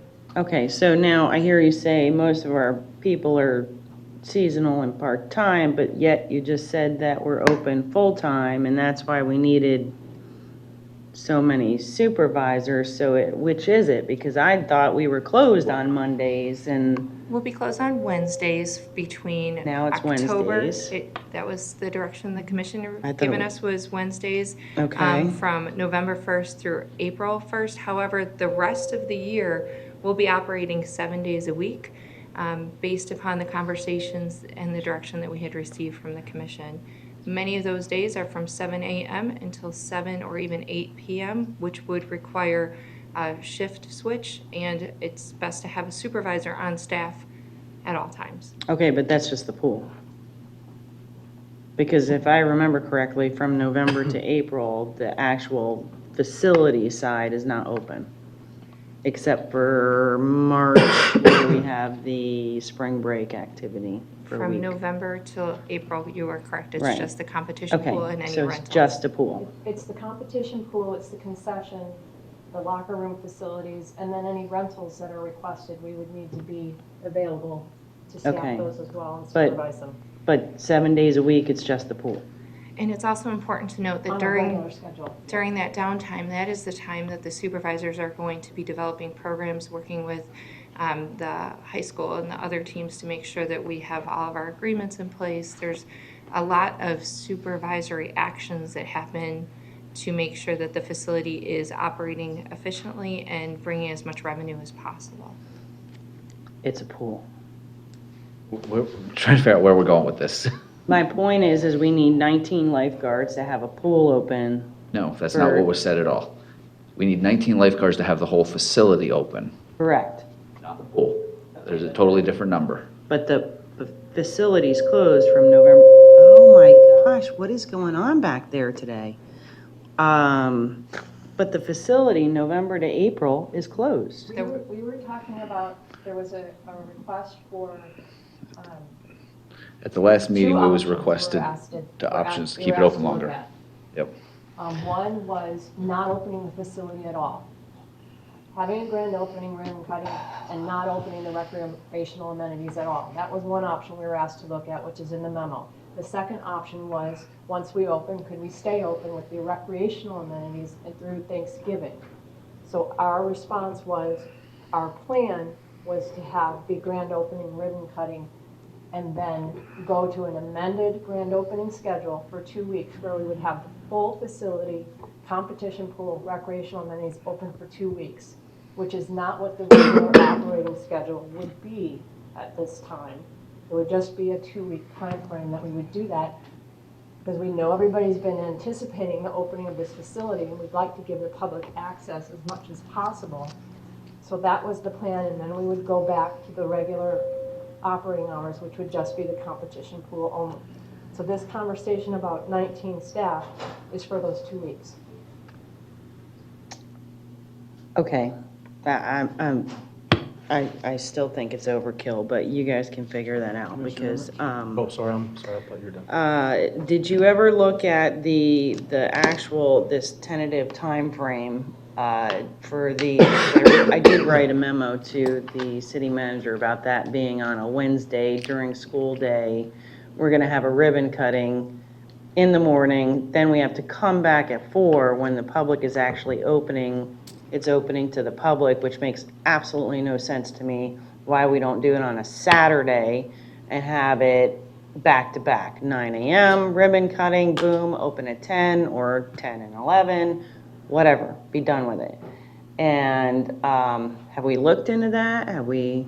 So the ribbon cutting was set for a, Like a Wednesday or something? It was some. well, we were doing it the first day possible. I mean, we want to get it open, so we were doing it the first day that we possibly get out there and do it. Have the ribbon cutting, have a 2-hour time frame where we could do tours, refreshments, music, let people see the facility, and then an hour later we would open up for the public. And that would be the schedule that we would follow. We were looking at a 4 to 8 p.m. every day for 2 weeks. It was suggested by Commissioner Luke that we make that 4 to 7 to coincide having the same hours, the same closing time as we would on the weekend, which would be 12 to 7.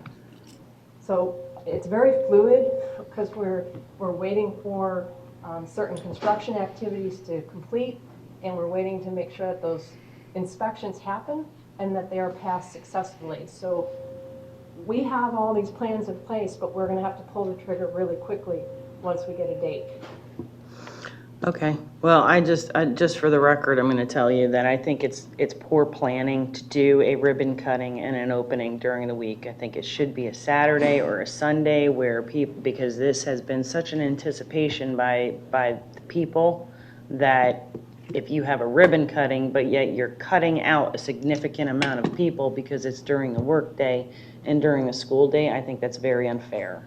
And so. Keep in mind, the reason that we're doing that is so that we can provide tours and not take away from the people who actually want to use the facility on a weekend when they'll have the most opportunity to use it. You don't Well, I want- mean, You don't want people walking around an aquatic facility dressed in full clothes while everybody's doing cannonballs into a pool. Or, No, that's not what I said at all. that's why we're trying to have them on 2 separate times is, one, you have your formal ribbon cutting so I that. agree with the separate times, it's the day. Okay, but if you do it on Saturday, then you're gonna take away from the ability, 3 the number of days. hours of people to use it, as well as the days in take 3 between, days that away they could from use it. it in the afternoon. Well, and not to mention the fact that if you're gonna do a tour, it should be completely separate from a ribbon cutting anyways. That's gonna be a, And again, all of that is trying to get the public in there as much as possible. And if you want to do the tours, we have to wait till construction is done and everybody's done. We're trying to get people in there. If you want to close it so that we can do these tours, that just means that much less opportunity for people to actually enjoy the amenity rather than just tour it. I can tell you when we built this building, they did the tours when we were at the end for the CO portion. We were in between CO and in between construction. And so Yes. it wasn't officially open. They opened it up for tours. But we are at And such a then- cramped time frame for this, We do. that, I mean, you're talking days from now. We Whereas don't- when this we don't building have was the built- luxury to do that. Yeah. We can't have people on the desk unless we have water, the permit to be open. So if we were going to do a ribbon cutting, it would be outside the fence if we did it beforehand. It would not be in the facility. I wasn't talking about a ribbon cutting. I'm just saying tours, period. You do tours on one day. Then you do the ribbon cutting and the Yeah, grand We opening. can't have but anybody in there until we have the permit to open. Okay, You figure it out. Commissioner Emmerich? probably won't be able to be here, so. Yeah, the one thing that's very disappointing, I know we've had delays and everything, and I'm not holding you guys accountable for that. It's been a nightmare going forward trying to get this place open. But the one thing that's very disappointing is we're in the middle of October, getting close to it. Your projected hours of closing are from November to April. You say with the staffing, you only can do it for 2 weeks. So what we're gonna do is we're gonna open it up. 2 weeks later, we're gonna shut it down. And I understand with all the stuff that you can put out there, telling people that this is going to happen, the biggest word out there is, oh, they were open for 2 weeks and they closed, it was a failure. People out there won't even justify that stuff, and it's going to be a nightmare. I would like to see, the water's not gonna be that much colder in November down here, to where we can possibly keep it open for a little bit longer, to give them time to go in there and give it a shot for at least a month. I know it's taxing, but there's gotta be some way we can do that. Just a suggestion. That's all I have. Thank you. Commissioner Luke? With the visits at the health department, have they given you a total of what the attendance can be on deck? We do not have a capacity yet. We're anticipating having that completed. Again, that's not just Department of Health, it's Fire Marshal. It's based upon the surface area, the depth of the water, the deck, and the size of the pump. So we will have that information shortly. We do not currently have a set number at this point. Okay. I'm in agreement with the 2 weeks running. I think that's good. The staffing level, you're working on how to do that. Again, what I emailed you back, I would make it 4 to 7, Monday through Friday. That way it is closing at the same time, and it saves on your other crew. But we also have time change coming. So what type of lighting and stuff do we have at that 7 o'clock hour when we're shutting down? We do have state-of-the-art lighting at this facility, both inside the pool and outside the pool. Okay, great. And in the schedule that we had made for it, did we have any of the recreational part being open in November? No. We had it shut down November 1, not even on the weekends? Yes. Okay, thank you. All right, Commissioner McDowell, can you finish your commission communications, please? It's Yeah. become a Wild West show up here. We have to give them direction. Well, we don't have to do anything. This commission communication is not designed as a whole nother agenda item. So we need to just work through this communication. Brought up for the agenda. This has become a Wild West show. Every time we get to commission communications, it takes longer to get through this than it does to get through a meeting. And this is just meant to to just let us know what's going on with your lives. So we are prepared to open it as much as we can from the grand opening.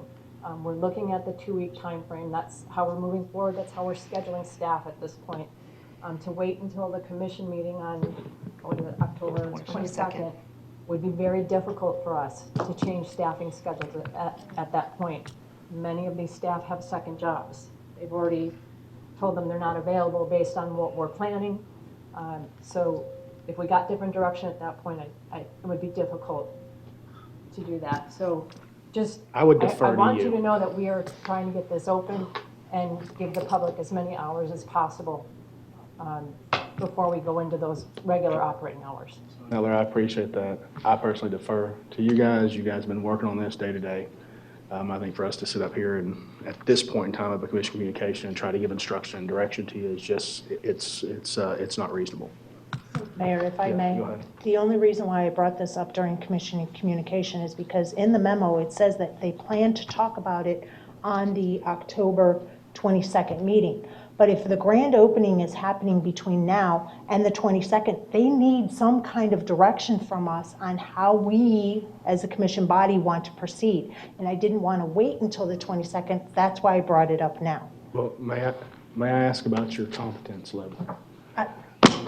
Because it has everything to do with it, because you know when you're opening it up. You also know when you're bringing it forth on an agenda item. Am I accurate with this? It was placed on the agenda item at the request of commission. We were asked to do the memo and get that out within a week of the meeting it was requested at, and then it was asked to also then be placed on a future commission meeting. That was the soonest date we could get it on. So again, I defer back to, do what you do. And it's not reasonable for us to sit up here like this and continually micromanage the things that you guys do and do very well. City Manager, do you need direction from this commission at all? Because that's the gist of your memo, that you do need direction from us, and that's why I brought it up today. Our memo is that we're going to go with the plan of leave it, that we've been given, which is it will be open to the end of October. There's no direction What I to give. need to know, what I do need, if you plan to change that on October 22nd, then yes, the sooner we could know that, the better, but we're going to move forward with, it's going to close on October 31st. Yeah, so there we go. But it's not a dire need to know by October, before October 22nd. Yes, The there sooner is. we know it, the better, because yes, Quit. Only if we want to not do anything. or change to keep the Or pool open change. longer than October 31st. Well, I would like to keep it open longer than October 31st because it's opening soon. We don't have the exact date. I would hate to open it for one weekend and then be done with it. That is the direction that we need to give to them. Right, the problem is it's not going to be open for one weekend. We're giving misinformation again. It's going to be open for 2 weeks. And staff has fully explained the reason why for 2 weeks is because they need to make sure that they have the staffing level, because you can't have managers and supervisors and these people doing everything every single day, because you're going to talk about burnout. You got to talk about things like that. So again, I defer to you guys who work day to day, day in, day out, building this, setting it up, and doing it. I think this is the wrong place to be having this conversation. Mayor, if I may, I agree. I think whatever is the plan is the plan, and if we're gonna have a discussion, which we should have a discussion on the 22nd, Commission, I think it should be that we open earlier than April. Because I'm worried that That I could agree with. Because I'm worried that in November, the weather's gonna start changing, and then the aquatic center will be too cold to enjoy, so maybe we can have that discussion. And that's a way That of is proper trying to timing. come to a compromise. That's a good compromise. That's a proper timing. Can I add one thing? Let's show up here. I've got the calendar here. If it's able to be open the weekend of the 19th and the 26th, that gives you 2 weekends, but the 31st ends on a Thursday. So if you kept it open 2 more days, that gives you one more Saturday, and it would be shut down then after that, November 2nd. Just That's throwing where I that was out. going with this. That was not where you were with this. Okay. All right, so let's move on. Do you have any more commission communication? Hell no. All right, good. I don't either. Commissioner Carrison? Nope. Commissioner Emmerich? Commissioner Lear? City Manager Lear? No, thank you. How about you, Mr. Golden? City Clerk? We're done.